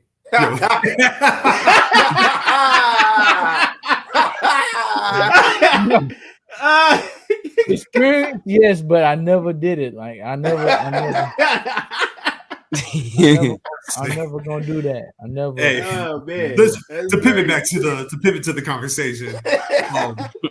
I'm just saying, like, I'm being real, bro. Like, let me clear. I'm just being real. Just we all men and women in this podcast, like the women that can attest for this too. They been like with somebody that like, you know what, like, I'm with him, but like, shit, I ain't really feeling that. Like, you know what I'm saying? Like, shit, I'm with the whole group. I really want to see what you on too. Damn, free agency. I feel you. You dig what I'm saying? It's some women like that. Nah. Actually, restricted free agency. Restricted. Come on, man. Like, I'm not trying to. Come on, man. I'm the only one that's seen that in life. No, it happens. No, it happens. It happens. People do it. Absolutely, it happens every day. With you with a group of people that's doing their thing, a group of alphas. Women feed off of that, and sometimes they want to see what every alpha on. They want to see what you bring to the table. What you bring to the table. What you bring to the table, and the table may be just the bedroom. You dig what I'm saying? that's the question. Do the table fit in the bedroom? No, let me check. Yeah, I'm asking. she trying to figure out. That was she trying to figure out. Like hey, look here, you attractive. Just like everybody, like my man attractive, you attractive too. Shit, what's up? No, I ain't never like, you know what I'm saying? Fuck it, man. Let's go. Y'all acting like I'm the only one that's waiting for Mac to stop himself. Hey, No, bro, I was just man. waiting for a good stopping point, brother. It seems like that's it right there. Nah, man, y'all acting like I'm the only one that ever seen that in life, man. I seen we that. agreed before, with man. you. We agreed with you both. I have Y'all got quiet because I was talking. I'm from Philly, man. That shit. Listen, not saying I participated. That's my shit, but like that shit happens every day. Like all the time, and I'm saying, he wrong. He wrong as fuck. Like that shit ain't right. That shit ain't right. But at the same time, how can you in a locker room with all these attractive? When have you seen an ugly ass woman in a WWE locker room? Never mind. Hey, yo. We can Okay. move on. We move on. My bad. Hey, Mac. We've got it. We good. We got this. We gonna move on, brother. We gonna Yeah. It was Nicholas? Amber Moon wasn't though. I fucked the shit out of Amber Moon. bro. Yeah, I mean, he said he hit it with the NXT name. I love it. She come here. Hey, look, she getting slaughtered. That daughter getting slaughtered. You hear me? What's Sam? Come here. Yo, Ember, I'm crying. Hey, yo. Oh. Shout out to Mac, bro. Nicholas probably the smartest one out of all of us, boy. I tell you that. Hey, He ain't say nothing the whole time. He ain't say shit. my man Ben ran away. He's like, let's get out. He didn't say a word, bro. Made an executive decision. I respect it. Ejectocito, cuz. Because he knows me, bro. Like we go to this type of topic. I gotta bring the real, bro. Like we ain't about to fabricate it or nothing like that. That's what the people don't want to listen to, no fake shit. That's why they come and listen to it, bro. Like we about to speak some real shit, bro. Like my boy, whoever his name was, what's his name was again? Who that? The Imperium. You talking about Gina Da Vinci? He seen something he liked, but he was with he seen something he liked, and she seen something he liked. They liked each other, and whoop de whoop, it came down to that. That's Well, see, that's the thing. Like, you know, ain't they in the same stable? They ain't WWE. Wait, who tried to who tried to take who? Real quick. Shit, we can speculate. Giovanni tried to take what's her name? Tiffany Stratton from Ludwig. From Ludwig Kaiser, right? They in the same stable, right? You hear a lot of we've heard a lot about, you know what I mean? Like, you know, I mean, granted, you know, not so long ago we got Edge, Matt Hardy, Yeah, Sean and Lita. Sonny. Yeah, I mean, we always, and granted, they wasn't in the same stable, but y'all see the comparison I'm trying to make with like friends, dudes on the same athletic team, like, you know. And I'm not saying nothing about Tiffany, but like just on all parties, people shoot at people, man. This is what happens. People crack on people, Absolutely, regardless if they're in a relationship or not. We're gonna say this for another day because She only going. I ain't commending it. You know what I mean? But She only going this far. you just saying it happens. I understand. It's only. Yeah, I'm gonna keep it right there too. Cause I see where my dog Scotland was going. Like, shit, bro. I might have said she was a thought, but I don't know her. Let's go.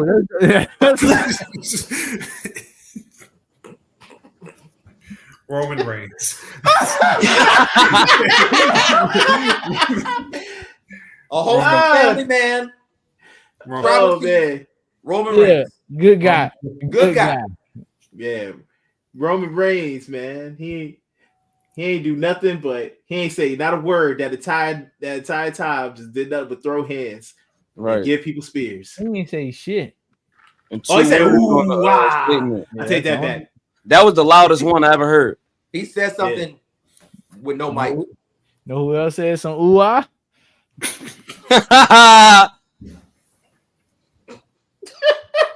I'm dead. He left.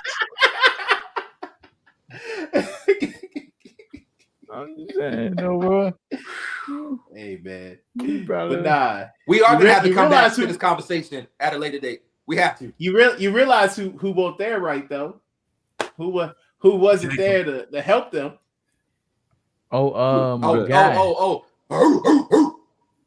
The wolf. Roman shook about Jacob. I'm shook by Jacob, bro. Yeah, me Man, too. that He's scared, man. you seen him before? Yeah. That's different. This Jacob with boots too. Right. He do got boots. That's an extra 10 pounds. Yo, In shape. yo, In shape. Down bottom too. Like, yo. That nigga is different, bro.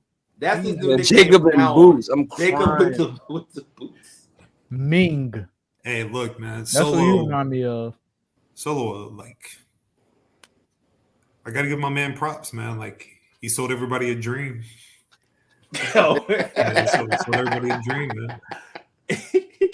So is Like, it safe to say he not built for this shit, man. He not built for this tribal chief life, man. you just done? You done? Nah. You're done. You can't do it, man. Like, you've been folded up twice in 1 week. The most Roman ever got folded up back to back like that, maybe there would be about like a 2-3 month span. You got folded up twice. Yo, By the dog. same moves. Yo. You know what's coming. This is your cousin. Roman ain't get folded up like that since the dog food. It's been a long time. Yeah.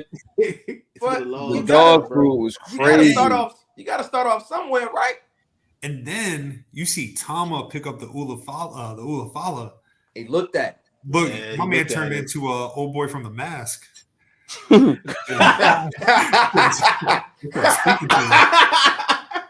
This shit was Oh, because if you think about it, right? Think about it. This is where like the layers in this shit comes. If you know what I mean, like I know everybody like talks about it, but like it's not really been brought up on TV. Like Tama and Tonga, they're not blood. They are not related to the Anoa'i family, right? Nope.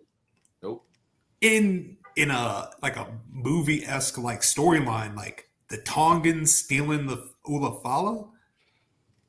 Can you imagine Tama taking that shit and then Haku putting that around his neck? Oh man. ooh. Yo, man, that man Solo won't be able to come home. Yo, the islands is crazy. Like this shit like Black Panther. You think about all of the islands, like I know a lot of folks settled in Hawaii, right? But you got, and I mean, granted, I know in wrestling, but like just thinking about all the islands in general, you got Samoa, you got Tahiti, you got Tonga, like you know what I mean? You got like these people coming together, but it's really like one, you know what I mean, like Pacific nation of like First Nation people. You know what I mean? Maori folks down in Australia, thinking about them.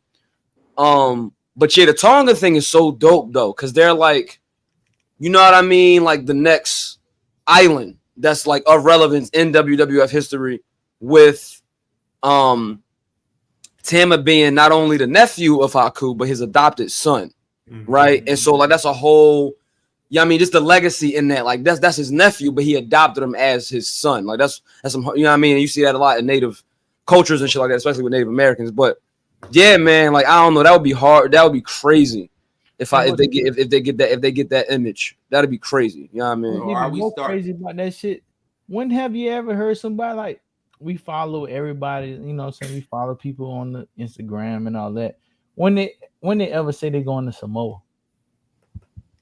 Yeah. Can't say that I have. You can't really. They made their own relevance between themselves. Yeah. So think about that closeness of a family. And like you said, bro, like even I don't want to bring man, I hate to say this because like it's almost on some like LeBron shit. The Rock really not kin to them niggas either. He like a distant cousin to them niggas because his mama was adopted by High Chief. She not really she really not fam like that. She's not. You dig what I'm saying? Yeah. So like just how like, but of course, like if I had a nigga like The Rock in my family, I'm like, shit, that's my cousin too. Fuck it. Shit, that's cuzzo right there. But at the same time, like just how think about just that dynamic, bro. That it's probably a beautiful ass island over there. And me being, you know what I'm saying, like my family was my family lived in Hawaii for about 6-7 years. I don't know if y'all knew that. You know what I'm saying? So I used to go. I frequent in Hawaii a lot when I was in college and shit like that. Mhm. And you know, it's a high Pacific Islander type of feel. You know what I'm saying? And it's a whole bunch of dynamics that it's a lot of structure that they have. You dig what I'm saying? Like you can't really, like if it's a coconut tree over there, you can't pick a coconut from the coconut tree unless you from that area. You dig what I'm saying? Unless they give you the blessing. It's almost on some gang shit, like, you know what I mean? Like the Crips and the Bloods type shit. So like I know like that is a different feel for me. And me being the honorary Oos too, y'all know me. Like I'm LOfrmTHELEAD, so y'all know that. So Who's shiesty? Yeah. You know me. So like I see it a lot differently from that. So when I see the storyline of, you know, Roman coming back saying that he OTC, me knowing Solo, I ain't gonna. He told me not to say his real nickname. No, not here. No. Hey, Lo, after this, I'll tell you, you know what I'm saying, his name for real. But, you know, it's a different feel. And it feels refreshing that they can, it's almost on the black realm with the not the Usos, but with the New Day. And I was telling my girl about the New Day the other day. She was like, "What's up? Like, why you get like so excited when you see the New Day?" I was like, "Baby, I'm a black nerd. Like, you know me. Like, I like boxing. I like wrestling. I like this. I like that. And you know what I'm saying. I'm not, you know, I've seen the stereotypical persona of being, you know what I'm saying, black. But before them, it was crime. It was the crime time. It was visceral humping niggas on the ground. It was, you know what I'm saying? Men on a mission. Yeah, it was. It wasn't really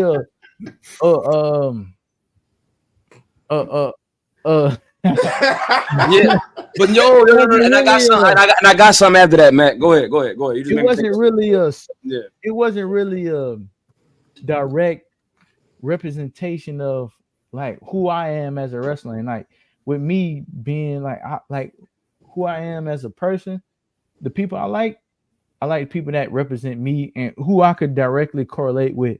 I wear number 4 because of Spud Webb. He was a dunking ass nigga that was short. I'm short.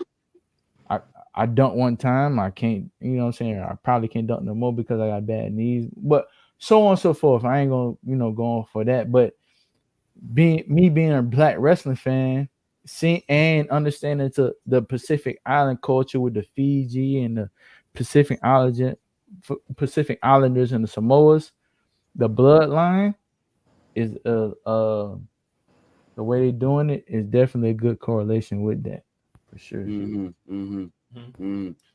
one thing I had real quick though, I think that's why folks, when it comes to this New Day Odyssey thing, might feel a certain type of way because no black stable was given or had accomplished what they had accomplished in any wrestling company ever.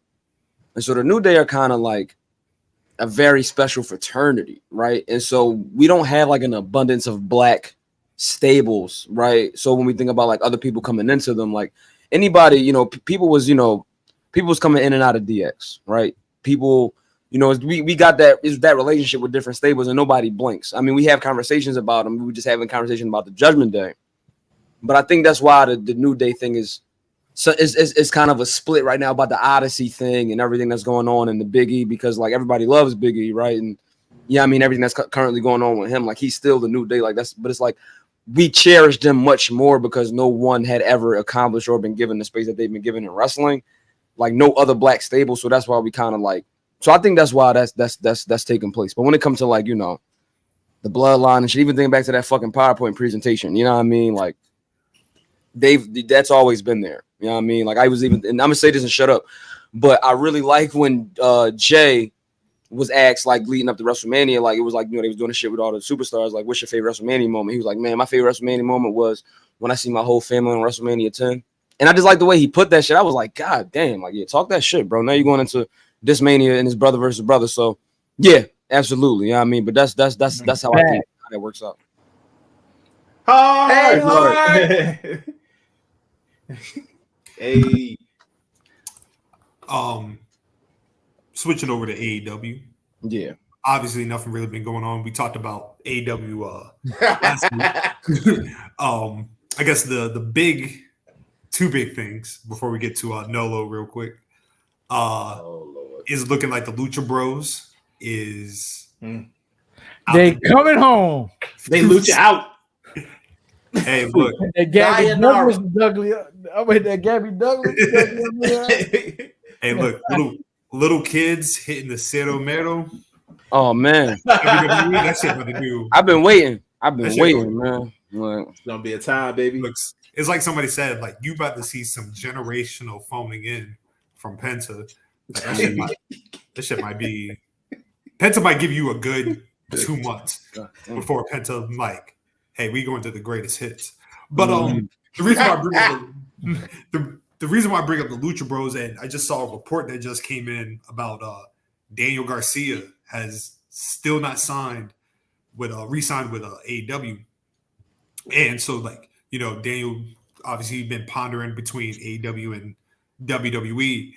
And I think we had brought it up about like the Lucha Bros being like outside next to Cody, the next like people that were in the original AEW. It's not looking good. Good for them boys in Jacksonville. I mean, and I'm not saying like losing the Lucha Bros is a tremendous hit, but for what the Lucha Bros bring, you know what I mean? Like what they could bring for merchandise, in ring. Losing them is kind of a big deal, especially with WWE making this jump to like Mexico, Latin America. How do y'all feel about the Lucha Bros potentially, like I said, it's not official, but like potentially making that move to WWE? And then on proxy, the same thing about about Garcia not re-signing and what that means for his career. yeah. I mean, personally, I'm here for more tag teams coming to WWE, and I think, like, I would love to make them go to the main roster immediately, but I think they'll have like way more fun in the beginning in NXT because I would like Sean's booking first, just selfishly. So apparently, in the discussions that they've had, they not doing NXT. I didn't think so. I was just bored. I feel you. I feel him 100%. I only thought it'd be like way more like, I guess, entertaining to me off the jump to have like Sean to have like do something with him first, because there's times, hey man, Sean be knocking things out the park, and he's been doing amazing things down there. But I don't blame him at all. Why the hell go? Why am I go to NXT when I could go start off with where the big boys play? Mm-hmm. In the immortal words of Kevin Durant, you know who I am. I'm Lucha Bros. All right. Right. And they've earned that respect. They've earned that. That shit will be fun, Nolo. That shit would be pretty spectacular. But look, I'm with it. I'm with them getting on the where the big boys play, the big stage, whatever you want to do. I don't need them. You know what I'm saying? I mean, that would be fire. Yeah. It'd be dope if, somehow, some way, in some time frame, they get a chip. But I just want to see them cook. I was late to the Lucha Bros party, but I'm glad I was able to see them and see what the hype is about. There's certain wrestlers I'm gonna stop what I'm doing to watch, even though I've probably seen moves after moves, or it's just the way they present themselves, the entertainment factor, the way they connect to the crowd. Like, they don't matter where you put them. America, obviously, Mexico, wherever they go, they have a gravitational pull about them. So, yeah, I'm all for it. Just don't put them with LWO as long as Rey Mysterio there. That's all I ask. Yeah, and that's if Mysterio we gonna pull them out the pasture like Old Yeller, and they gonna have their own LWO type shit, then hell yeah, I'm with it. Then you got something, but look, I take it back. Keep them away from Rey Mysterio. That's all I ask. Yeah, I wonder what that distance is going to be like too. But I like this a lot, man, because I really feel like, a little while ago we were seeing Lucha in the tradition of it, I think, be kind of disrespected in WWE a little while ago. Yeah. And so, I mean, I know a lot of, people like to point out certain things. I was really happy about the signing of Dragon Lee. You dig what I'm saying? Me too. Yeah. That'd have been crazy. Yeah. That was I did that for Scotland. I did that just for Scotland's face. My bad. I didn't mean to cut Nicholas, you off, you don't like that pairing at all? Oh, really? Are you disgusted by that thought? There's a bunch of flips. But yeah, man, like I like this move a lot. Hopefully when they come over there, hopefully like people like Dragon Lee can maybe see a bit more of some more TV, I don't know, but I think that their signing is going to do a lot. I think that Penta mask sales are going to be out of this world. If that's going to be a thing in the WWE, right? Depending on how they bust down the, the brand, right. So I'm interested to see how they do this, man, because again, whenever we see like certain tag teams or acts that's not homegrown WWE, it's just like an exciting thing. So yeah, I'm definitely ready to see what happens. And to go back to your point, I just you made a good point. I hope this, if this comes to be, or even and with the other luchador sign is another Latin stars that we signed, obviously Stephanie. Just want to see more of what Mexican, Latin wrestling, luchador wrestling, style wrestling should be on WWE. I mean, it's you're not losing money. Like you said, like merch sales, what they do in the ring, what they do out of the ring, their pull. If we're about real growth, what I'm saying, and a certain individual wants to beat the never mind. Yeah. Yeah. If we're gonna take this to worldwide phenomenon, we're gonna build on top of what TKO has started, then you'd be a fool to miss out on what the luchadors can bring. I like that's one of the things I love about AEW. Obviously they can do more, but it is one of the I started to watch CMLL because of AEW. You know what I'm saying? So I just hope that that's the route that we're going. And you know what? I think if they do sign them, we'll be pretty close to that PLE in Mexico City. Absolutely. If it's going to be, I would assume that's where it's going to be. I mean, shit. Can we see this outside at Stadio Azteca? Could it be there? I don't know. I'm doing a lot, but that a Mexican PLE, I'm definitely ready for as well. Shoot, the idea of being headline with I think a Cody Andrade main event would be perfect in Mexico. God. Oh my God. Yeah. Man. And Andrade come out with the mask on. Yeah. Take it off. Oh my. Yeah. Let's cook that up. Yeah. Yeah. Cody come out with the mask. You seen what he came out with? Yeah. Yeah. Both of them, yeah, bro. Oh yeah. Look. Did you said someone else, right? Backlash in Mexico. Yeah. Yeah, that'd be.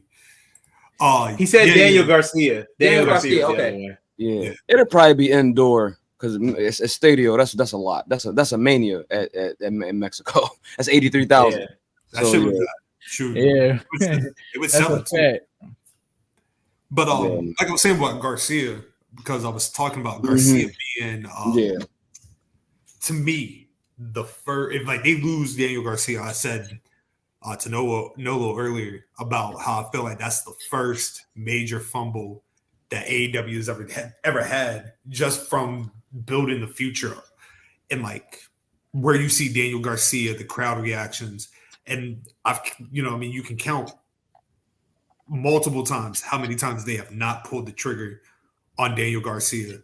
And I think somebody even brought up a good point about like Private Party, Top Flight, and that they've been with the company for years now, and we're still talking about them being the future of the company, and in the same position that they were in when they, like Private Party. Remember when Isaiah Cassidy was doing those promos about losing and like something needs to change? That went nowhere. I mean, Top Flight, they now just got Layla Gray as their flight attendant, which is really dope. But it's one of those, like, we're about to have the Young Bucks and the Acclaim this Wednesday, Norfolk, Virginia. Would have been a perfect time at Wembley. Young Bucks, Top Flight, Private Party, triple threat. But I've been told y'all that AEW is gonna be ass, bro. I've been told y'all that shit. Y'all never listen to me, bro. Like y'all, but it's not ass. They just aren't capitalizing on it. They hit. Yeah, it's very easy for them as a company to hit like a certain lull, where it's like, they kind of operate like on a trough right now, where it's like the hottest season, like everybody's waiting on All In, and it's kind of fucking seems like AEW booking is waiting on All In too. It's like, no, like y'all got to do the things. Like, I was talking about this somebody else somewhere else one time too. But it's like Tony does things. It's like he acts like he can't put a trigger on certain things, or I don't know.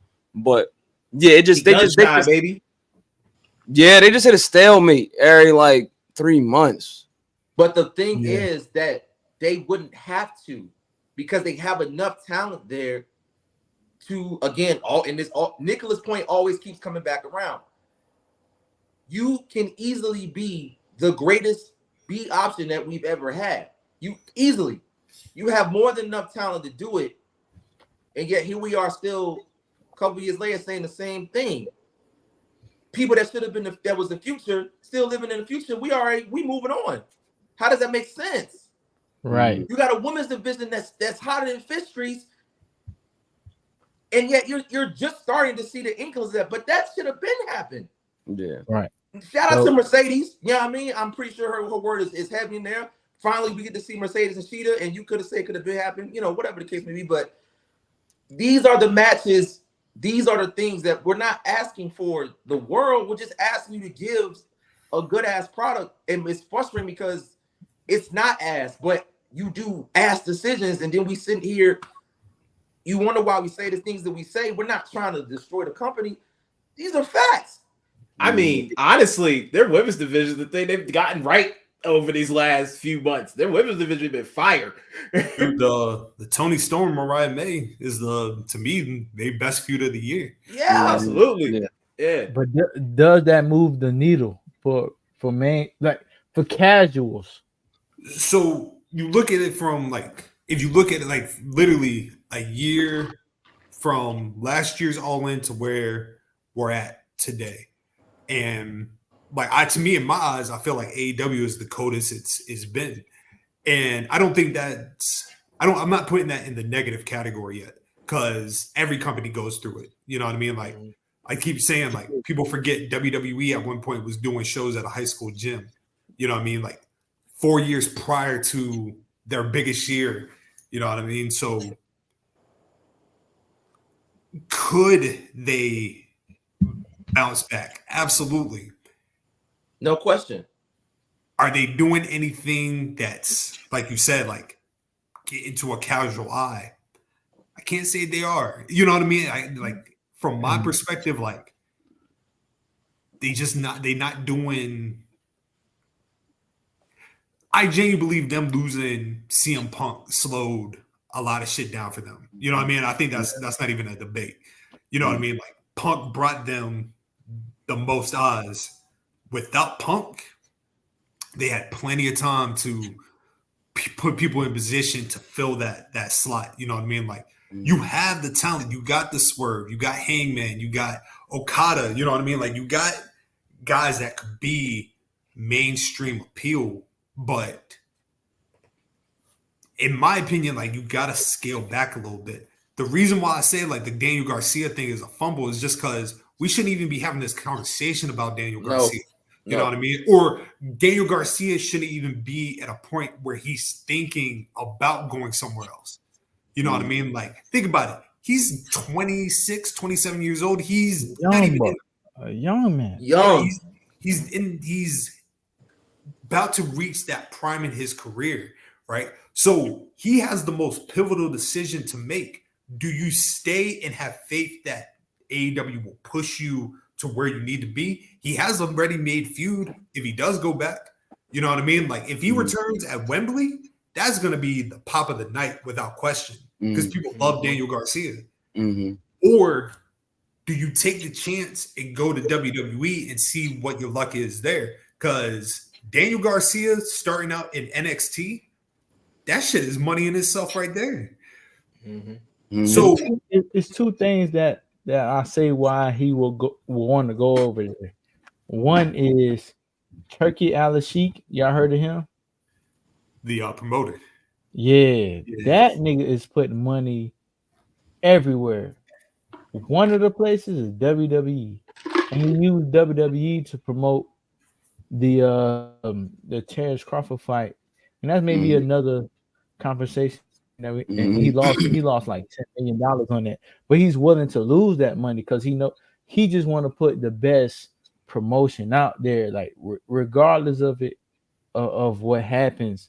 He just want to see, you know what I'm saying, what he want to see. Like he's just a young kid. He's us with money, pretty much. Like he just want to see some fire ass shit happen. You know what I'm saying? That's all he want to see. The second thing is just us being wrestling fans and us being like kids of wrestling. Why not go? Why not go to WWE, bro? Why not? Like, why not? Oh, like, just you might have faith in his place that he was at that gave him a chance first.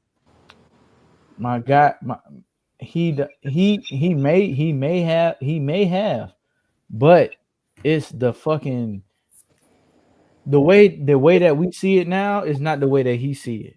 Yeah. He see WWE is like the NBA, bro. It's like the top of the top. AEW had a chance of being a promotion that can compete or be in line with the NBA, quote unquote. Is not there. Is not there. They had the money to do it. They had the cachet to do it. They even had the formidable alliances with other people to do that. It's just not there now. So you being a wrestler for all these years, a fire ass wrestler, why not go to the NBA to see how you can compete with the best of the best and then come back? I'm not saying that he's gonna be great when he go over there. He like in his mind, he want to just see how he can fit with the best of the best. And right now, especially right now, the way the WWE, and I don't know if y'all want to talk about how the WWE trying to go back to the WWF, but right now, the way the WWE is right now, they are the best. And if you are a wrestler, and we being wrestling fans since being like that old Chief Keef been against his been since Ben. Like, you know what I'm saying? Like that. But I'm just saying, like being a wrestling fan since the beginning, why not go see? Just go test the waters to see how I can align myself with that, and then jump down. You dig what I'm saying? Yeah. Yeah, I mean, hey man, that's the apex. That's the, you know, and granted, we talk a lot about different people and like Dan, like, you know, we know who Daniel was inspired by, you know what I mean? Like he, you know what I mean? Like he's kind of like American Shibata, you know what I mean? You know, for you know, and with you know, pure wrestling and pure wrestlers and all of that stuff, like I know folks like to, you know, we all do, like nitpick where folks belong, where be, but I think I would, you know, I wouldn't be too mad at that either, and to see what kind of style of, you know what I mean, what ring style he bring into there, you know what I mean, because that's the thing. If he goes to NXT, like his performance in the run might be crazy, then he might come out on the other end of that, you know what I mean, like, you know, pretty flawless. I don't know. Has he been to the? He hasn't been to the Performance Center before. He was there. I think I saw him in a shirt. Like, okay. He was there during the pandemic. Okay. All right. Bet. He Bet. was Bet. there All during right, the pandemic. Yeah. cool. All right. Well, you know, let's see, man. But yeah, I'll take it. I'll definitely take it. But yeah, I definitely appreciate these points Mac is making, just from that mainstream perspective. Mm-hmm. Before we finish out with the Olympics, Nolo, you wanted to gloat about something for real quick. Oh Lord, I did want to gloat. Some people were calling me a madman. Damn, that nigga left. You know what? Fuck that nigga, bro. What? That's cool. Fuck you. That's my kind of petty. Hey, That's my kind of petty. that's fine. No, back I don't in even- just to get out. That's my kind of petty. You know what? That's fine. Cook Nolo. We had 2 weeks ago, me and Chaz were talking about Swerve and Bryan Danielson. And for some reason, I was attacked for my beliefs and what I figured out what would happen. I was saying Bryan Danielson he doesn't need to win. It's not meant for him to win. This is his swan song. This is perfect for him to go out on his sword and lose and to solidify Swerve's championship reign even more. People were coming at me crazy, saying that I was wrong for wanting Bryan Danielson to lose. But if you've been looking at the rest of like how things have been lining up, this man looking like he's held together by sticks, dreams, and hope. He needs to go home and be a family man. He not contracted. He's gonna need surgery before the end of the year. To me, that sounds like someone who needs to lose in Wembley in the biggest main event. That's just what it sounds like to me. So I would just like my fellow compatriots, my compadres, my brothers to just give some credit where it's due as the visionary that I am, that I've seen it coming. That nickname's already been taken on this podcast. That goes to Chaz. He is the visionary. Yeah, absolutely. the visionary. You know what? You're absolutely correct. Trademark. I would just like credit where credit is due. The match hasn't happened yet. We know what's gonna happen. We don't. We don't know what's going to He's happen. gonna go into that light. Who? I told you to stop saying that, man. We all know what kind of context I'm saying it in. We good. You know what? Swerve wins. We'll dedicate a whole hour giving you praise and glory. We'll do that. Man. We'll do that. That sounds awesome. Can't wait for it. I won't be there for it, but it'll happen. I can't wait, bro. This is gonna be awesome. Is that all? Is that all you needed? Oh yeah, that's all. That's all I wanted to say. Cool. Just a little bit. Yeah, Because when it happens, even more. And then if I can like top it off by being the champion, the BGW predictions champion, it'll be one of the greatest days for me, man. I'll be so excited. I'm looking forward to it. Once again, thank you, Nolo. Thank you. I appreciate that. Yeah, no Thank you. problem, No man. problem. No problem. You know what I mean? You've made some excellent points. You know what I mean? I hope it goes the way you want it to. Thank you. I Yeah, appreciate that, brother. Yeah, bro. Look at this. This is the way it should be. Told you, man. Them days where I would call you ridiculous and Mhm. how your opinion is very shallow and not making sense. Some days are done. You know what I mean? So I appreciate it. Hey. I want you to win. You know what I mean? I want Chaz to retain his title, but I also want DMac to win. And by proxy, I want Lorenzo to win. I want everybody in this podcast to win. So, you know what I mean? I hope everybody gets exactly what they want. Oh, I thought you were going to hit it with, I hope you get the day that you deserve. Nah, bro. No. I was about to be like, damn. Because I already know that day is coming. Oh, man. It's all And good. we finish out with some good old-fashioned American patriotism. Today was the closing ceremonies of the Olympics, Paris. You know what I mean? First of all, fuck Paris. But Right. They don't like us at all. I want to speak more on that, but we'll do that then. So I'm with you. I don't even want to talk about it because that Okay. shit is upsetting. All right. Yeah. I was thinking the same shit, brother. They don't fuck with the U.S. at all. So like every gold medal that we won, I was like, yes, like fuck y'all. I was pissed off that they took Jordan and Childs bronze though. I was like, God damn, y'all give it to us just to take it back. So an update. It looks like They got evidence. They got evidence to back up her claim, her rightful claim of being the bronze. It seems like she about to get it. It seems like she about to keep it. But at the same time, why would you put somebody under that stress? True. Yeah, I don't fuck with that. That's the only, you know what I'm saying? And she's a national treasure. And then like Chaz alluding to the shit that happened to Alicia Curry earlier this morning. Oh, what happened this morning? I don't even know what happened with that. I mean, Chaz, if you want to talk about it, man. Long story short, basically they were just trying to get to a certain spot within the Olympic Village that most people, their family was already in. They even had a French translator, I'm assuming a friend of the family, that was telling them everything. Was not a threat, was not doing anything wrong, yet they made them feel like common enemies, and someone accidentally hit Steph's and Aisha's child on the head.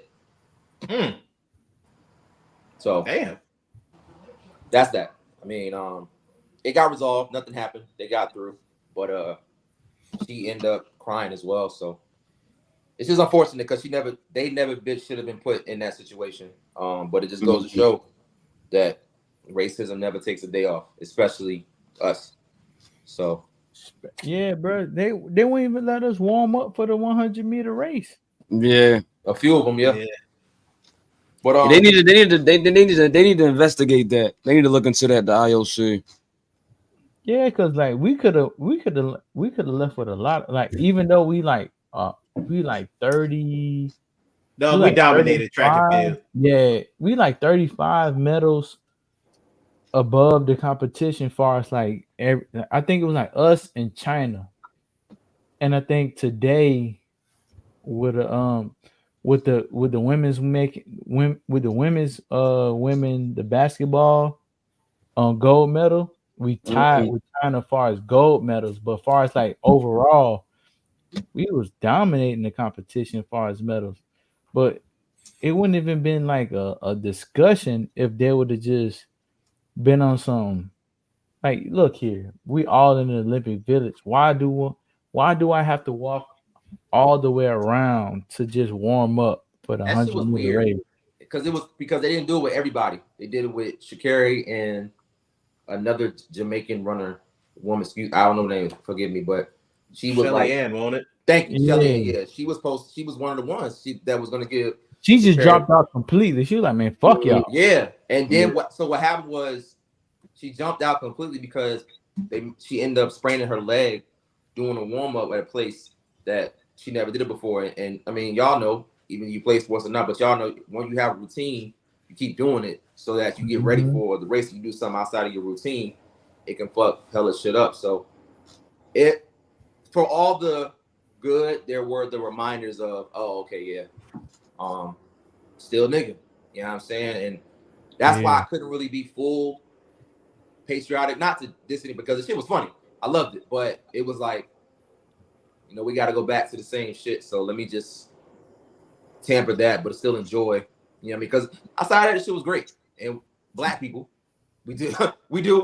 You know what I'm saying? We do what motherfucker do. And Nick, I want you to speak on, if you don't mind, please, the beautiful woman, the wrestler that did the German suplex. Kennedy Blades. She 20 years old. Like dead on their head. Yeah. Told you, man, you don't see some shit like that in Olympic wrestling. Nah, buddy. But she was the prospect coming in. She won silver. That is a future NXT Women's North American Champion. If Shawn Michaels was on the phone as soon as this shit was over. Yeah. Like, yeah, no, she, and you know what I mean? Like, WWE already has an Olympic gold medalist with Tamira Mirsha. Yeah, boy, I was about to say that other nigga name. Boy, I was about to be like, goddamn. Not him. Come on, man. The dude got Well, they tried their damnness with that motherfucker, boy. He just sucked. He gone. We Nah, he in a training camp somewhere. I forgot for who. Buffalo. Yeah. That's right. Football. He playing football somewhere. Yeah, he fits right into the NFL culture, but that's another conversation. Yeah. But Kennedy Blades, she is, like I said, I can honestly see her waiting it out to get that gold medal in LA. But for right now, I mean, she's young. She's 20 years old. But already at 20 years old, incredible on that mat. So I was very, very impressive with how she did. Mm-hmm. Boy, it was an up and down moment for Noah Lyles, wasn't it? Man. Hey, bro. Boy. Come get you. Grand opening, grand closing, man. Boy. God damn. Hey. I feel for him too, somewhat, you know. Hey, he from VA, bro. So I'm always gonna support my man. I have nothing but love. Nothing but love. You know, like we said, he made a dumbass comment that kind of bit him in the butt, but he still got a gold. Yeah. I wasn't the biggest fan of the COVID thing. You know, we know how that goes, but you know, that's another conversation. He still got a silver with fucking COVID and asthma. So you know, shout out to him. I will say he made the best of it, for better or worse. Hey, bro. That's it. Fastest man in the world, baby. Right about that. You know who else got that gold? The basketball boys. Yes, sir. Girls and the guys. Yeah, man. 2 good games, too. And the women. Yeah, 2 real good games. LeBron got MVP for the whole thing. As he should. Yep. Go. Curry won one for the got one for the light skins. You know what I mean? Hey man, y'all been on a generational run. Y'all been on a generational run this week. You know what I'm saying? Y'all been on a generational run. It's been a few years. It's been a few years. You know what I mean? The boy Ant-Man said, "Hey, Curry showed up 3 days ago." He said he showed 3 days ago.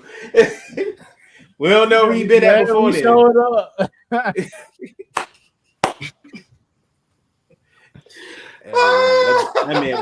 That man was the only one cooking at the beginning of that damn Serbia game. Right. Facts though, but I'm glad y'all light skinned niggas finally had stood on 10 toes though. Me too. And shout out to you, Nick. You know what I'm saying? You've been cooking with these YouTubes. You dropped that hot sizzle book. You know what I'm saying? Big. You are fire. See that shit? I see it. I see it in the background. That's right. I see it in the backgrounds. I appreciate it. That's right. That's right. Yeah. So, you know, you right up there with stuff in my eyes. You know what I'm saying? Hey, look, we are outside about being inside.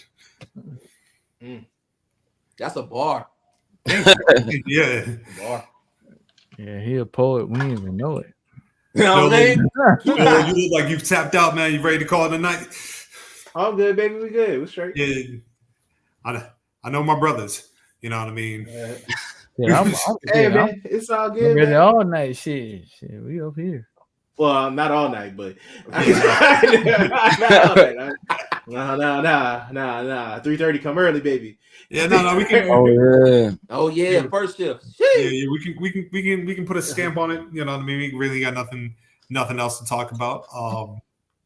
Always to the brother Lorenzo. You know, you are as a fifth member. Shit, at this point, bro, you can hop on anytime, any week.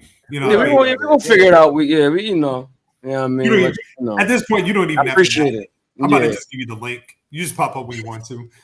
And I'll let you know. Yeah, we're gonna work it out. Yeah, we're gonna work it out, man. But always do. What you got going on, man? What's up with Low from the lead, man? We got any new heat coming? So yeah, man. Like right now, it's a few announcements that I'm looking to make. I want to do something different. I think in the next couple weeks, I'm going to give like a state of the locker room. As y'all know, I'm always shout out to you, bro. Mm-hmm. Always on the hunt to try to get some. I'm always in people's emails. I'm always trying to see, But a little wrestling company known as All Elite Wrestling has been making it kind of difficult to interview some of these people. So in the next couple weeks, I think I'm gonna definitely try to stick to mostly indie black folks. I was trying to see what was going on with a gentleman by the name of Lee Moriarty. Still trying to get that off of the ground if we can. So yeah, I'm in a really interesting phase right now where it's trying to get things off of the ground even more, but making myself apparent. Throwing my links in. I've also interviewed this person, that person. So I'm just trying to hustle around it. But at the end of the day, I definitely want to get back into certain post-show reviews probably after Monday. And yeah, man, I definitely want to get back into my little solo bag, I think. Because I think with the interviews for a while, that's where I was trying to keep it based on what my work schedule was. But now the interviews have kind of like opened up. I think I'm going to start doing some more solo stuff again and to try to have a little bit of fun. But pray for me during this time right now in Philly and everything going on with the state election and the national election.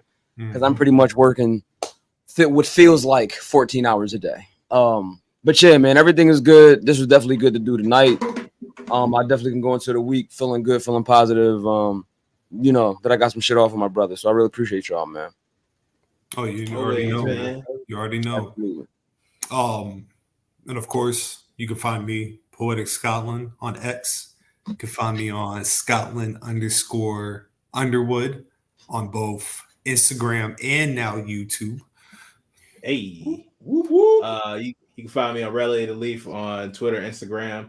Follow the two pod pages on the same platforms at bgwpod. Find me in your bitch dreams.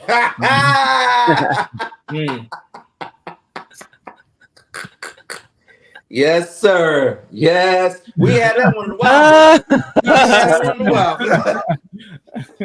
Nah, man, you can find me on Instagram and Twitter at DMacTardy. That's DMAC. Haha. TARDY. DMacTardy, man. I've been on both of them. I mean, my bad. X. I've been on there a little while, you know what I'm saying? That shit Twitter, dog. Who cares? Yeah, fuck it. I've been, you know what I'm saying? You find me on both of those platforms. Just being me, man. I don't have no filter, and pretty sure I'm gonna get scolded about it in about 5 minutes.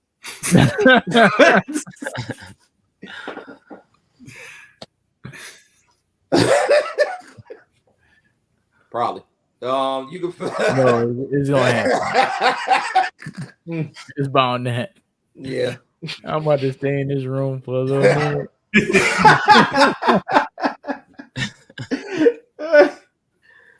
Ooh.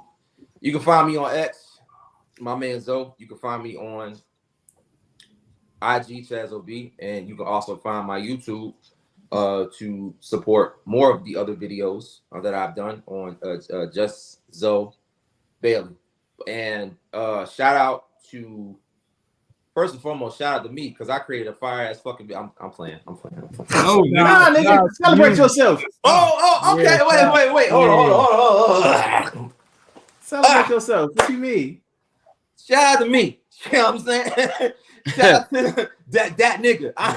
I'm him. You know what I'm saying? As the kids say, you know. I think I did one of the so far in my categories. I put out 2 of the most fire ass videos that I've done since joining the pod. And it's come from, you know, just being inspired, obviously by us. You know what I mean? And wanted to make sure that the platform we have, the fingerprint, the thumbprint of what we represent is the Black culture. So as I always say, I can do other videos, I can do videos that other people do, but my main focus is always Black people. And so that's, you know, that's where the catalog is going to continue to be, because clearly I'm doing something right. This is the most views I ever got on one of my videos. So it means y'all fuck with me. So to every we tweet, like, comment, love, gas, even if you dislike, that's cool too, because at least you're paying attention. You know what I'm saying? So shout out to everybody that like the videos. They'll keep coming.